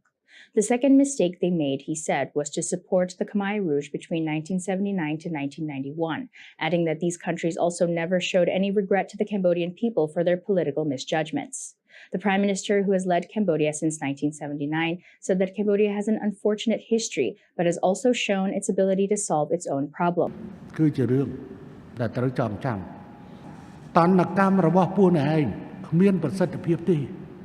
มันអាចរារាំងនឹងការខិតខំរបស់ប្រជាជនកម្ពុជាដែលរួចចេញពីការស្លាប់នោះបានដែរ The Prime Minister warned countries that claim to be democracies not to make a third mistake in Cambodia because the country has not forgotten their past blunders. ខ្លួនបានពិតជាគួរឲ្យហួសចិត្តនិងសង្វេគជាពន់ពេកណាស់សម្រាប់បកភ្លើងទៀនដែលសូម្បីតែឯកសារសម្រាប់ចុះបញ្ជីគណៈបករបស់ខ្លួនដើម្បីចូលរួមបោះឆ្នោតក៏រកមិនបានផងឥឡូវនេះគណៈកម្មាធិការជាតិរៀបចំការបោះឆ្នោតបានប្រកាសបដិសេធមិនទទួលចុះបញ្ជីឲ្យគណៈបកនេះទេដោយសារតែគ្មានឯកសារគ្រប់គ្រាន់ដែលតម្រូវដោយច្បាប់ស្តីពីការបោះឆ្នោតសកលវាពិតជារឿងមិនគួរឲ្យជឿទាល់តែសោះថាគណៈបកនយោបាយមួយដែលមានប្រវត្តិជិត30ឆ្នាំក្នុងឆាកនយោបាយបែរជាទីបំផុតរកឯកសារឲ្យគ្រប់សម្រាប់ចុះឈ្មោះបោះឆ្នោតក៏រកមិនបាននរណាក៏ដឹងដែរថាដើម្បីចុះបញ្ជីគណៈបកនយោបាយគណៈបកនីមួយៗត្រូវបំពេញលក្ខខណ្ឌ10យ៉ាងដែលមិនអាចខ្វះបានពីព្រោះវាជាលក្ខខណ្ឌដែលតម្រូវដោយច្បាប់គណៈបកនយោបាយនីមួយៗដែលមានបំណងចូលរួមក្នុងការបោះឆ្នោតត្រូវត្រៀមលក្ខណៈជាស្រេចដើម្បីចុះបញ្ជីជាក់ស្ដែងគណៈបកមួយចំនួនជាពិសេសគណៈបកប្រជាជនកម្ពុជាបានយកឯកសារទៅចុះបញ្ជីតាំងពីថ្ងៃដំបូងដែលកោជបប្រកាសបើកទទួលម្លេះហើយអ្វីត្រូវស្រូតរះពីព្រោះទី1គេបានត្រៀមលក្ខណៈជាមុនរួចស្រេចអស់ហើយដោយមិនចាំបាច់ឯអង្គឡើយនិងទី2គេចង់បង្ការក្រែងមានការខ្វះខាតអ្វីជាយថាហេតុគេមានពេលវេលាគ្រប់គ្រាន់ដើម្បីកែតម្រូវចំណែកឯបកភ្លឹងទៀនបានទៅចុះបញ្ជីនៅថ្ងៃចុងក្រោយហើយនៅតែខ្វះឯកសារទៀតក្រោយពីពិនិត្យពាក្យសុំចុះបញ្ជីកោជបបានប្រកាសជូនដំណឹងទៅបកភ្លឹងទៀនឲ្យបំពេញលក្ខខណ្ឌចំនួន3ដែលខ្វះខាតទី1ត្រូវមានឯកសារដើមនៃការចុះឈ្មោះបកនយោបាយនៅក្រសួងមហាផ្ទៃទី2ត្រូវមានបង្កាន់ដៃបង់ប្រាក់តម្កល់នៅរដ្ឋាភិបាលជាតិចំនួន15លាននិងទី3ត្រូវដកឈ្មោះលោករងឈុនចេញពីបញ្ជីបេក្ខជនតំណាងរាស្ត្រពីព្រោះបុគ្គលរូបនេះមិនទាន់ទទួលបានសម្បទានឡើងវិញសម្រាប់ចូលឈ្មោះបោះឆ្នោតឡើយបន្ទាប់ពីតុលាការផ្តន្ទាទោសឲ្យជាប់ពន្ធនាគារកាលពីពេលកន្លងទៅឯកសារចុងក្រោយដែលគណៈបកភ្លើងទៀនមិនបានបំពេញគឺប្រកាសស្តីពីការចុះឈ្មោះក្នុងបញ្ជីគណៈបកនយោបាយនៅក្រសួងមហាផ្ទៃដែលមានបញ្ជាក់នីតិនុកូលកម្មគ្រាន់តែលក្ខខណ្ឌប៉ុណ្ណឹងសោះហេតុអ្វីបកភ្លើងទៀនមិនអាចបំពេញបាននេះគឺជាលទ្ធផលនៃកំសោយផ្លូវច្បាប់និងធនធានមនុស្សនិងជាពិសេសភាពខ្ជិះខ្ជាយរបស់គណៈបកភ្លើងទៀនទើបបណ្ដាលឲ្យជួបបញ្ហាបែបនេះភាពកំសោយទាំងនេះមិនមែនជារឿងចម្លែកទេសម្រាប់បកនយោបាយមួយ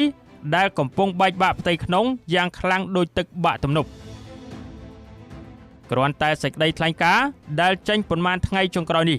ក៏ជាភស្តុតាងដែលអាចបញ្ជាក់បានយ៉ាងច្បាស់រួចទៅហើយអំពីភាពច្របូកច្របល់ផ្ទៃក្នុងរបស់បកភ្លើងទៀនលោកសុនឆៃអនុប្រធានបកនេះបានទទួលស្គាល់នៅចំពោះមុខសកម្មជនរបស់ខ្លួនថាពិតជាមានភាពច្របូកច្របល់ផ្ទៃក្នុងគណៈបកមែន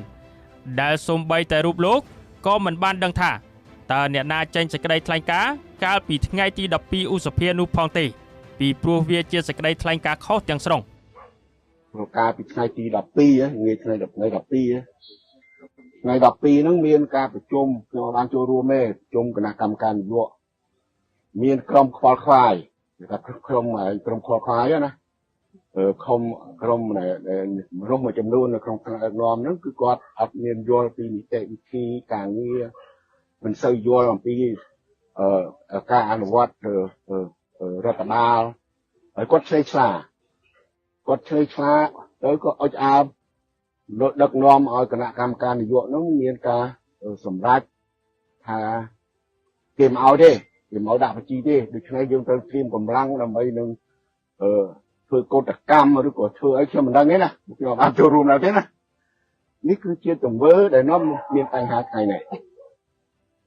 អានឹងបានថាយើងសូមបញ្ជាក់គ្នាឡើងវិញថ្ងៃនេះទោះបីជាគ្នាតិចក៏ដោយខ្ញុំជឿថាភាគច្រើនជាថ្នាក់ដឹកនាំរាជធានីភ្នំពេញខ្ញុំសូមឲ្យយើងពីមេត្តាធ្វើការងារឲ្យមានការទទួលខុសត្រូវនៅជ្រុងមួយទៀតមន្ត្រីនិងសកម្មជនជាច្រើនរបស់បកភ្លើងទៀនក៏បានមកចូលរួមជាភាពនយោបាយជាមួយគណៈបកប្រជាជនកម្ពុជា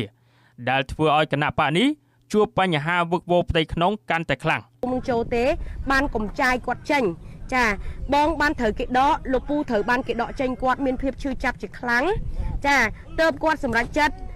ធ្វើការទម្លាក់ផ្លាកចំនួន4ដោយពុកម៉ែបងប្អូនទាំងអស់គ្នាតាមដានទស្សនាវីដេអូដែលនេះខ្ញុំបានធ្វើចែកជូនពុកម៉ែបងប្អូនទាំងអស់គ្នា ចំណែកឯក្បាលម៉ាស៊ីនដឹកនាំវិញរឹតតែវឹកវរខ្លាំងថែមទៀតដោយសារតែអ្នកខ្លះជួបរឿងអាស្រូវផ្លូវភេទដ៏គួរឲ្យអាម៉ាស់តួយ៉ាងលោកលីសធិរយុទ្ធចំណែកឯលោកថៃសេថាក៏មានរឿងក្តីក្តាំងជំពាក់លុយគេហើយកំពុងជាប់ពន្ធនាគារគណៈលោកសុនឆៃកំពុងរងបណ្ដឹងបរិហាគេយ៉ាងធ្ងន់ធ្ងរលើសពីនេះការដណ្ដើមអំណាចគ្នាក៏បានដុតរលគណៈបកនេះឲ្យក្តៅឆាប់ឆួលស្ទើរឆេះទៅហើយក្នុងស្ថានភាពបែបនេះគេប្រកាសជាអាចយល់បានថាគណៈបកនេះគ្មានសមត្ថភាពនិងគ្មានសម្បទានគ្រប់គ្រាន់ក្នុងការបំពេញកាតព្វកិច្ចជាគណៈបកដែលឈរឈ្មោះឲ្យពលរដ្ឋបោះឆ្នោតបានឡើយប៉ុន្តែវិបត្តិផ្ទៃក្នុងនិងអសមត្ថភាពរបស់ខ្លួនមិនត្រូវបង្វែរទៅជាកំហុសរបស់គូជបឬអ្នកដទៃនោះឡើយតាមទម្លាប់បកប្រឆាំងមិនដែលទទួលស្គាល់កំហុសរបស់ខ្លួនទេពលគឺតែងតែទម្លាក់កំហុសទៅលើអ្នកដទៃជាពិសេសទៅលើបកកណ្ដាលអំណាចករណីការចុះបញ្ជីគណៈបកនេះពេលនេះក៏ទំនងជាមិនខុសគ្នាឡើយច្បាស់ជាមានអ្នកទាញឲ្យទៅជាកំហុសរបស់គូជបឬកំហុសរបស់គណៈបកប្រជាជនកម្ពុជាមិនខានតាមរយៈការបង្វែរសាធារណមតិឲ្យយល់ច្រឡំថាមកពីគូជបឬបកកណ្ដាលអំណាចឬលោកនាយករដ្ឋមន្ត្រីហ៊ុនសែនរារាំងមិនចង់ឲ្យបកភ្លើងទៀនចូលរួមបោះឆ្នោតប្រសិនបើមានការលើកឡើងបែបនោះមែនក៏គ្មាននរណាគេជឿនោះដែរពីព្រោះនេះជាកំសោយខាងផ្លូវច្បាប់របស់បកភ្លើងទៀនខ្លួនឯងដែលគូជបបានប្រកាសដឹងជាសាធារណៈអស់ហើយពលគឺបើជាងមិនកើតកុំបន្ទោសដែកព្រោះគូជបគេអនុវត្តស្តង់ដារតែមួយច្បាប់គឺច្បាប់វាតឹងប៉ុន្តែវាជាច្បាប់កន្លងមកនេះក៏មានគណៈបកនយោបាយដល់ទៅ5ដែលគូជបបានស្នើសុំឲ្យកែតម្រូវនិងបំពេញបន្ថែមឯកសារដែលខ្វះខាតប៉ុន្តែគណៈបកទាំងនោះបានបំពេញតាមតម្រូវការរបស់គូជបបានទាន់ពេលវេលាចម្លែកអ្វីតែបកភ្លើងទៀនមិនអាចធ្វើបានប្រការនេះពិតជាសបញ្ជាក់ឲ្យឃើញថាគណៈបកដែលមានចំណាស់ជិត3ទសវត្សរ៍ក្នុងឆាកនយោបាយមួយនេះនៅតែគ្មានសមត្ថភាពគ្មានធនធានមនុស្សគ្រប់គ្រាន់គ្មានកំណើតនិងនៅតែបែកបាក់ផ្ទៃក្នុងយ៉ាងខ្ទេចខ្ទាំដដែលភាពកំសោយទាំងនេះជាសក្ខីភាពនិងជាកត្តាសច្ចានុមត្តដែលមិនអាចប្រកែកបានដែលបញ្ជាក់អំពីការចុះខ្សោយរបស់បកប្រឆាំងនៅកម្ពុជានេះក៏ជាហេតុផលសច្ចានុមត្តដែលសកម្មជននិងអ្នកគាំទ្រគណៈបកប្រឆាំងបានមកចូលរួមជាវិភាគនយោបាយជាមួយបកកណ្ដាលអំណាចជាបន្តបន្ទាប់ដោយទឹកបាក់ទំនប់ដោយអ្នកនយោបាយតុកកាហ្វេ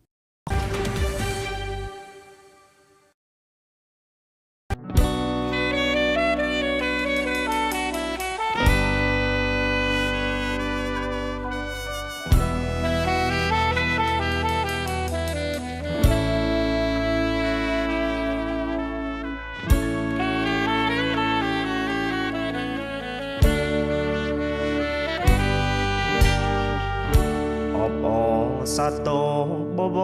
ជោគជ័យឡើងដំណែងថ្មីលើបច្ចុប្បន្នបដមស្នេហ៍អាចបបលឺលន់ជាមេបញ្ជាការកងទ័ពជើងគោកពិតបត្រាដែលជោស្នាដៃអូតមគឺអាចឧត្តមហ៊ុនម៉ាណិតអនុវត្តបញ្ជាស្មោះជាតិពិតស្រឡាញ់គោរពអាណិតចេញពីទឹកចិត្តជាកូនខ្មែរ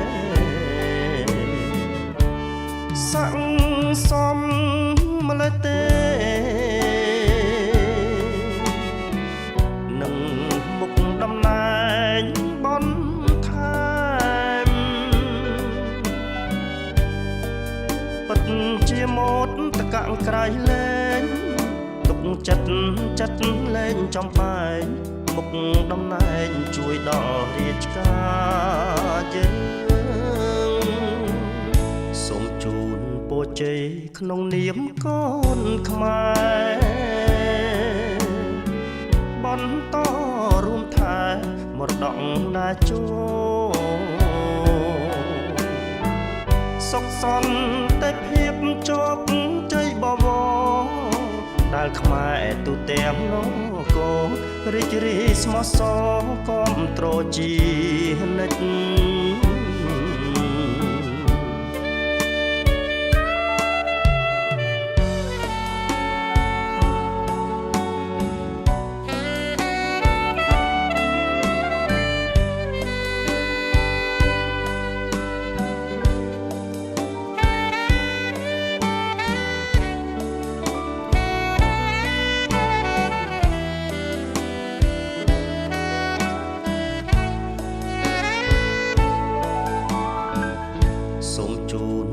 ជ័យក្នុងនាមកូនខ្មែរបន្តរួមថែមរតកណាជោសុខសន្តិភាពជោគជ័យបវរដែលខ្មែរទូទាំងលោកូនរីករាយស្មោះសរគាំទ្រជានិច្ច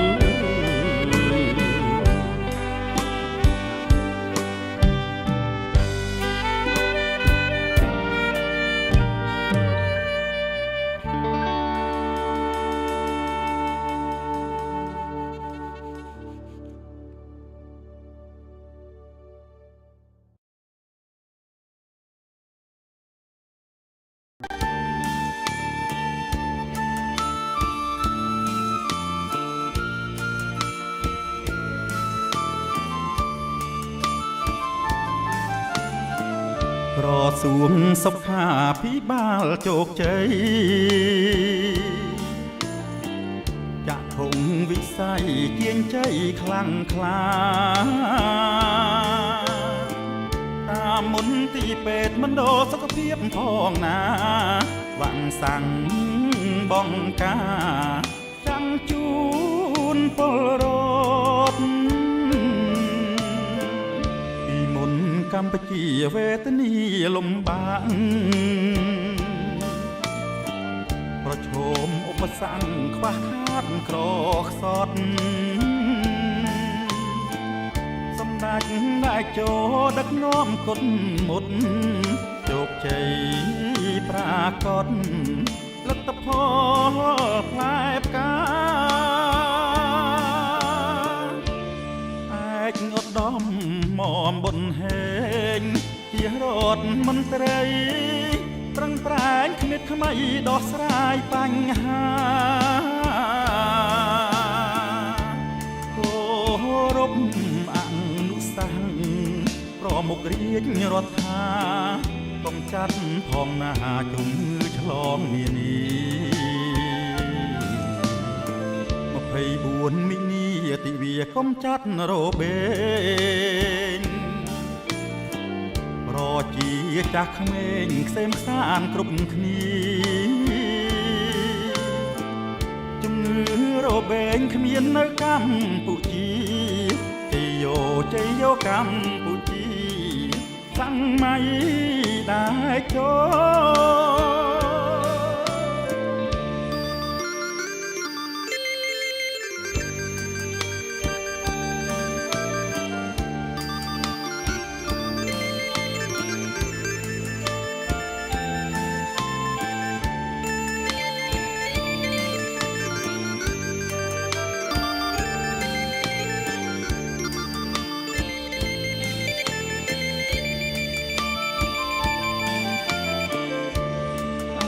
ឧត្តមមបុនហេងជារដ្ឋមន្ត្រីប្រឹងប្រែងគ្មានថ្មីដោះស្រាយបញ្ហាគោរពអនុសាសន៍ប្រមុខរាជរដ្ឋាកុំចាត់ផងណាជំងឺឆ្លងនានា24មីនាទិវាកុំចាត់របេង ជាចាស់ក្មេងក្សេមខ្សានគ្រប់គ្នាជំងឺរបេងគ្មាននៅកម្ពុជាទីយោជ័យយោកម្ពុជាសម័យដែលចូល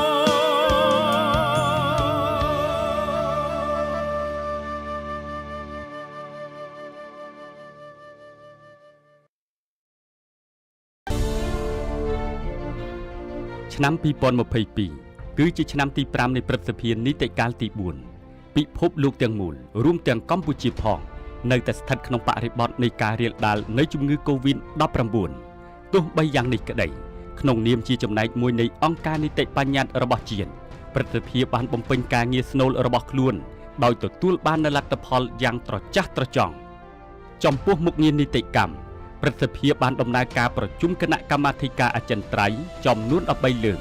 ប្រជុំពេញអង្គចំនួន6លើកនិងប្រជុំព្រឹទ្ធសភាជាវិសាមញ្ញចំនួន1លើក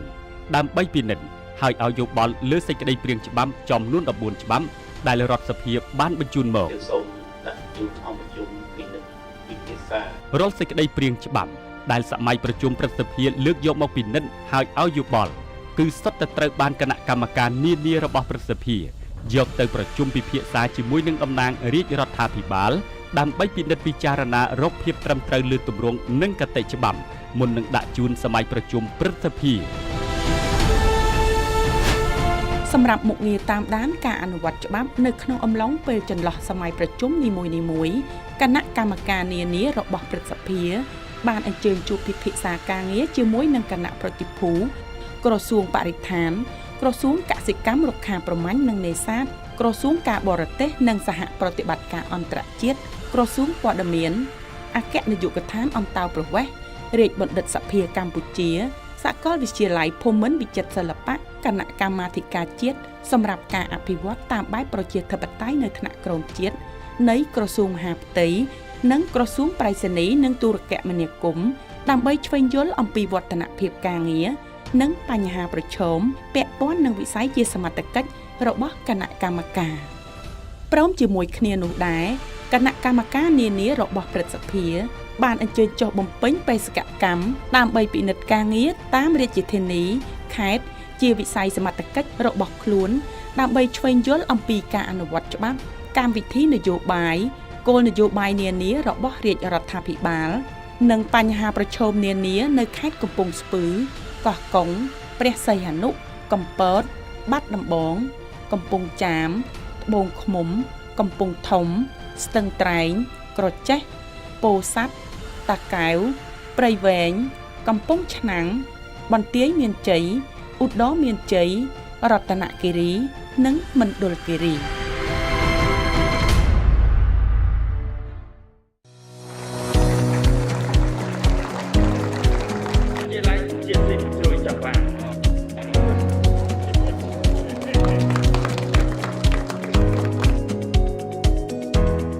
ដោយឡែកសម្រាប់ការអនុវត្តមុខងារតំណាងថ្នាក់ដឹកនាំសមាជិកសមាជិកាព្រឹទ្ធសភាបានអញ្ជើញចុះមូលដ្ឋានរៀងៗខ្លួនតាមមណ្ឌលភូមិភាគនីមួយៗជួបសំណេះសំណាលសួរសុខទុក្ខប្រជាពលរដ្ឋក្រុមប្រឹក្សាឃុំសង្កាត់និងអាជ្ញាធរថ្នាក់ក្រោមជាតិគ្រប់លំដាប់ថ្នាក់ដើម្បីឆ្វេងយល់អំពីការផ្តល់សេវាសាធារណៈការអភិវឌ្ឍមូលដ្ឋានគោលនយោបាយភូមិឃុំសង្កាត់មានសុវត្ថិភាព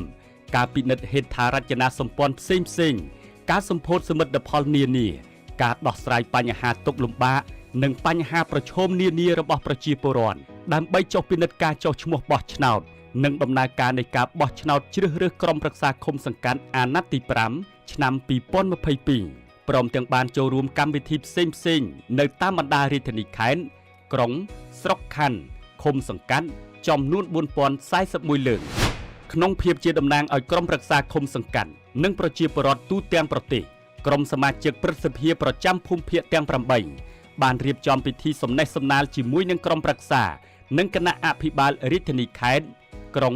ស្រុកខណ្ឌឃុំសង្កាត់ភូមិនិងប្រជាពលរដ្ឋទាំង25រាជធានីខេត្តចំនួន80លើកមានអ្នកចូលរួមសរុបចំនួន 11272 នាក់ក្រៅពីនេះសមាជិកសមាជិកាព្រឹទ្ធសភាក៏បានចុះសួរសុខទុក្ខនិងនាំយកអំណោយចែកជូនប្រជាពលរដ្ឋក្រីក្រ បងប្អូនសហគមន៍ខ្មែរអ៊ីស្លាម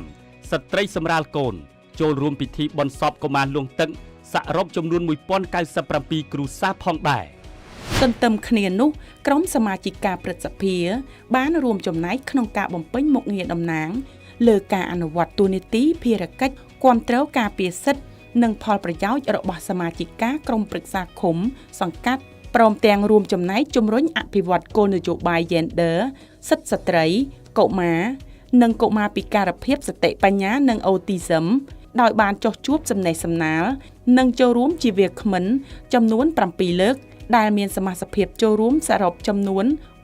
1752នាក់នៅខេត្តកំពង់ចាមត្បូងឃ្មុំកំពត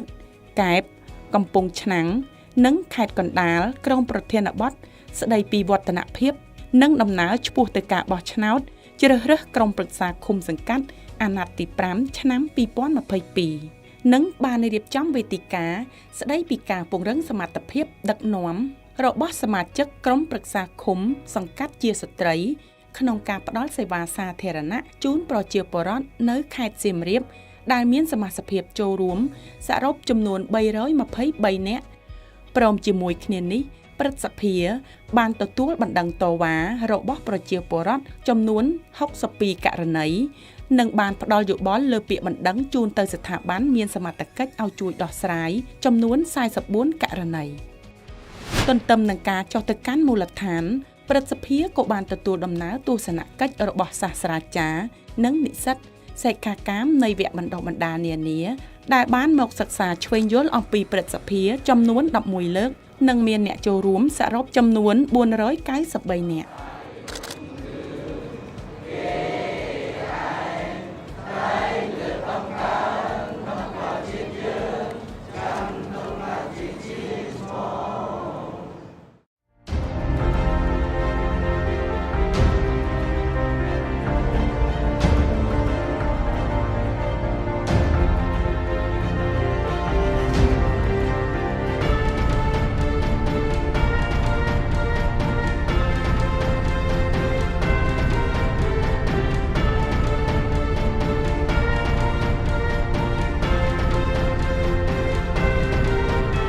ក្រៅពីបំពេញមុខងារស្នូលទាំង3របស់ខ្លួនព្រឹទ្ធសភាបានខិតខំបង្កើនទំនាក់ទំនងនិងកិច្ចសហប្រតិបត្តិការល្អជាមួយនឹងអង្គការនីតិបញ្ញត្តិនៃប្រទេសនានាក្នុងតំបន់និងលើពិភពលោក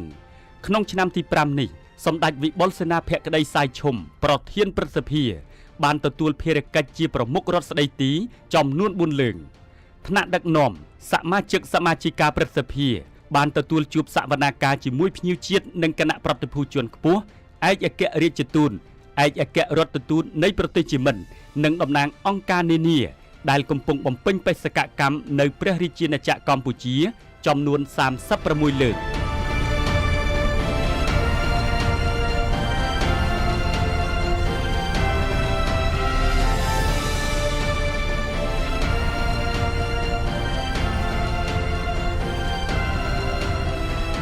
សូមគោរពសម្ដេចដោយឡែកក្នុងក្របខ័ណ្ឌពហុភាគីថ្នាក់ដឹកនាំសមាជិកសមាជិកាព្រឹទ្ធសភាបានអញ្ជើញចូលរួមកិច្ចប្រជុំអន្តរជាតិនានាដោយផ្ទាល់និងតាមប្រព័ន្ធនិម្មិតរួមមានមហាសន្និបាតសហភាពអន្តរសភាអាស៊ានលើកទី43ដែលសភាកម្ពុជាធ្វើជាម្ចាស់ផ្ទះមហាសន្និបាតសហភាពអន្តរសភាលើកទី144 IPU នៅប្រទេសឥណ្ឌូនេស៊ីលើកទី145នៅប្រទេសរ៉ូវ៉ាន់ដាកិច្ចប្រជុំនឹងមហាសន្និបាតសភានិយាយភាសាបារាំង APS នៅប្រទេសកាណាដាប្រទេសបារាំងប្រទេសវៀតណាមប្រទេសរ៉ូវ៉ាន់ដាកិច្ចប្រជុំសភាតំបន់អាស៊ី APA វេទិកាសភាអាស៊ីប៉ាស៊ីហ្វិកលើកទី30នៅប្រទេសថៃកិច្ចប្រជុំចំពោះកិច្ចនៃវេទិកាសភាតំបន់អាស៊ីប៉ាស៊ីហ្វិកលើសុខភាពសកលលោកលើកទី6នៅសាធារណរដ្ឋកូរ៉េគណៈប្រតិភូជាន់ខ្ពស់របស់ព្រឹទ្ធសភានៃព្រះរាជាណាចក្រកម្ពុជាដឹកនាំដោយសម្ដេចវិបុលសេនាភក្តីសាយឈុំប្រធានព្រឹទ្ធសភាបានអញ្ជើញទៅបំពេញទស្សនកិច្ចផ្លូវការនិងមិត្តភាពនៅសាធារណរដ្ឋកូរ៉េនិងសាធារណរដ្ឋសង្គមនិយមវៀតណាមដើម្បីពង្រឹងពង្រីកទំនាក់ទំនង និងកិច្ចសហប្រតិបត្តិការនៃអង្គការនីតិបញ្ញត្តិដោយឡែកក្រុមសមាជិកការប្រសិទ្ធិក៏បានអញ្ជើញទៅបំពេញទស្សនកិច្ចការងារនៅទីក្រុងដាណាងខេត្តខ្វាងណាមនៃសាធារណរដ្ឋសង្គមនិយមវៀតណាមផងដែរទន្ទឹមនឹងការអញ្ជើញទៅកាន់ប្រទេសជាមិត្តប្រសិទ្ធិក៏បានទទួលដំណើរទស្សនកិច្ចរបស់គណៈប្រតិភូនៃបណ្ដាប្រទេសជាមិត្តផងដែរក្នុងនោះមានក្រុមមិត្តភាពប្រសិទ្ធិបារាំងកម្ពុជានិងគណៈប្រតិភូគណៈកម្មការស៊ើបអង្កេតអំពើពុករលួយការប្រព្រឹត្តខុសនិងពង្រឹងអភិបាលកិច្ចល្អនៃព្រឹទ្ធសភាព្រះរាជាណាចក្រថៃឡង់ដែលបានមកបំពេញទស្សនកិច្ចផ្លូវការនៅព្រះរាជាណាចក្រកម្ពុជាឆ្នាំ2022នេះអាយដាមកតេនីតិកោសលបណ្ឌិតមុំជឹមហ៊ុយប្រធានគណៈកម្មការអប់រំយុវជនកីឡាធម្មការសាសនាវប្បធម៌វិចិត្រសិល្បៈនិងទេសចរនៃព្រឹទ្ធសភាបានទទួលគ្រឿងអិសរាជយសអត្រេដឺឡាផ្លេយ៉ាតក្រែនដឺកម៉ង់ដពីសភានិយាយភាសាបារាំង APS ក្នុងឆ្នាំទី5នេះផងដែរព្រឹទ្ធសភាបានចុះអនុសារណៈនៃការយោគយល់គ្នាស្ដីពីកិច្ចសហប្រតិបត្តិការរវាងអគ្គលេខាធិការដ្ឋានព្រឹទ្ធសភាកម្ពុជាជាមួយខុទ្ទកាល័យរដ្ឋសភាវៀតណាមនិងចុះអនុសារណៈនៃការយោគយល់គ្នាជាមួយមូលនិធិចែករំលែកសង្គ្រោះជីវិតសកលនៃសាធារណរដ្ឋកូរ៉េស្ដីពីការផ្ដល់ជំនួយមនុស្សធម៌ដល់ព្រឹទ្ធសភាកម្ពុជាព្រមទាំងចុះអនុសារណៈនៃការយោគយល់គ្នាស្ដីពីកម្មវិធីសហប្រតិបត្តិការរវាងអគ្គលេខាធិការដ្ឋានព្រឹទ្ធសភាកម្ពុជាជាមួយវិទ្យាស្ថានស្រាវជ្រាវ KPI ប្រទេសថៃតាមរយៈទំនាក់ទំនងនិងកិច្ចសហប្រតិបត្តិការល្អជាមួយបណ្ដាប្រទេសជាមិត្តនិងដៃគូអភិវឌ្ឍស្ថាប័នព្រឹទ្ធសភាបានទទួលជំនួយពីរដ្ឋសភានៃសាធារណរដ្ឋសង្គមនិយមវៀតណាម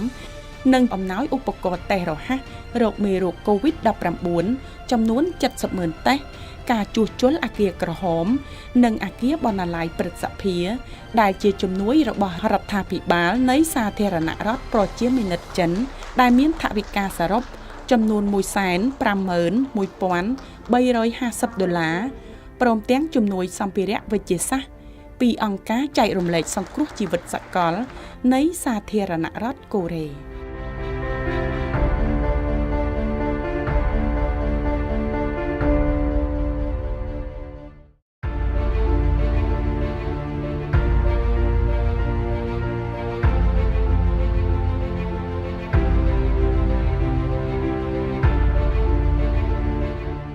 ក្នុងនាមជាសេនាធិការឲ្យព្រឹទ្ធសភាអគ្គលេខាធិការដ្ឋានព្រឹទ្ធសភាបានចូលរួមយ៉ាងសកម្មបំផុតក្នុងការបង្ការទប់ស្កាត់ការរីករាលដាលនៃជំងឺ COVID-19 ដោយបានសហការសម្របសម្រួលការចាក់វ៉ាក់សាំងការពារជំងឺ COVID-19 ជូនថ្នាក់ដឹកនាំសមាជិកសមាជិកាព្រឹទ្ធសភានិងមន្ត្រីបុគ្គលិកព្រមទាំងថែរក្សាអនាម័យបរិស្ថានគ្រប់គ្រងសម្រាមសួនច្បារការដាំដើមឈើ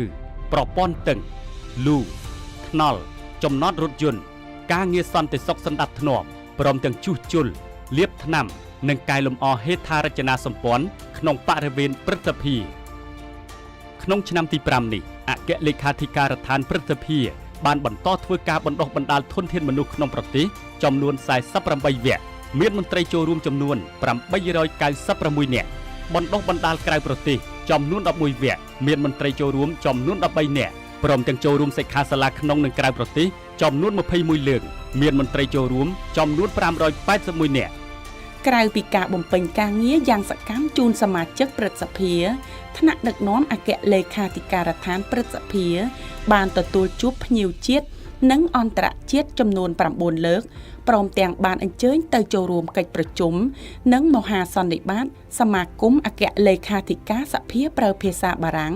នៅព្រះរាជាណាចក្រម៉ារ៉ុកនិងប្រទេសកាណាដាព្រមទាំងចូលរួមកិច្ចប្រជុំគណៈកម្មាធិការអចិន្ត្រៃយ៍សមាគមអគ្គលេខាធិការសភាប្រើភាសាបារាំងនៅប្រទេសសេនេហ្គាល់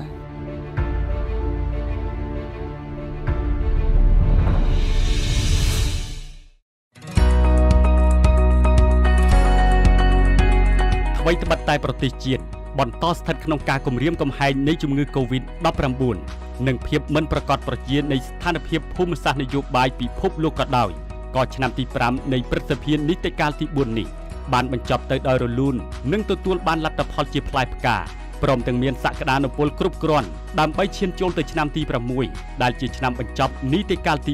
4ឈរលើលទ្ធផលជាវិជ្ជមាននៅឆ្នាំទី5នេះព្រឹទ្ធសភានឹងបន្តខិតខំបំពេញមុខងារស្នូលរបស់ខ្លួនប្រកបដោយស្មារតីទទួលខុសត្រូវខ្ពស់រួមចំណែកឲ្យកាន់តែសកម្មថែមទៀតក្នុងការពង្រឹងអភិបាលកិច្ចល្អពង្រឹងនីតិរដ្ឋនិងលទ្ធិប្រជាធិបតេយ្យជំរុញការអនុវត្តគោលនយោបាយវិមជ្ឈការនិងវិសហមជ្ឈការព្រមទាំងពង្រឹងពង្រីកទំនាក់ទំនងនិងកិច្ចសហប្រតិបត្តិការល្អ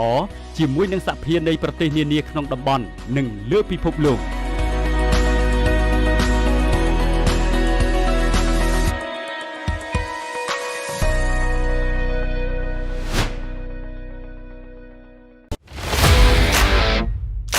តើលោកអ្នកចិត្តរៀបអាពាហ៍ពិពាហ៍មែនទេហើយពិបាករកក្រុមហ៊ុនថតវីដេអូផ្សាយផ្ទាល់ដែលមានគុណភាពមែនទេអស់កង្វល់រ៉ាទីកាជាក្រុមហ៊ុនទទួលស្គាល់លំដាប់អន្តរជាតិលើសេវាកម្មថតផ្សាយផ្ទាល់គ្រប់កម្មវិធីកម្រិត 4K ដំបូងបង្អស់នៅកម្ពុជារ៉ាទីកាប្រើប្រាស់ឧបករណ៍ទំនើបម៉ាកល្បីធានាគុណភាពការផលិតតាមបច្ចេកវិទ្យាទាន់សម័យរ៉ាទីកានឹងជួយធ្វើឲ្យកម្មវិធីលោកអ្នកកាន់តែមានភាពអស្ចារ្យលោកអ្នកនឹងបានឃើញរាល់សកម្មភាពក្នុងពិធីទៅលើកញ្ចក់ទូរទស្សន៍ទំហំធំកម្រិត 4K និងការបញ្ចាំងលើផ្ទាំងក្រណាត់សព្រមទាំង LED ដែលមានរូបភាពច្បាស់ត្រជាក់ភ្នែកសូមអញ្ជើញកក់ពីឥឡូវនេះតាមរយៈលេខទូរស័ព្ទ012 823 848 017 838 889និង016 823 848រ៉ាទីកាទំនុកចិត្តការទទួលខុសត្រូវនិងគុណភាពខ្ពស់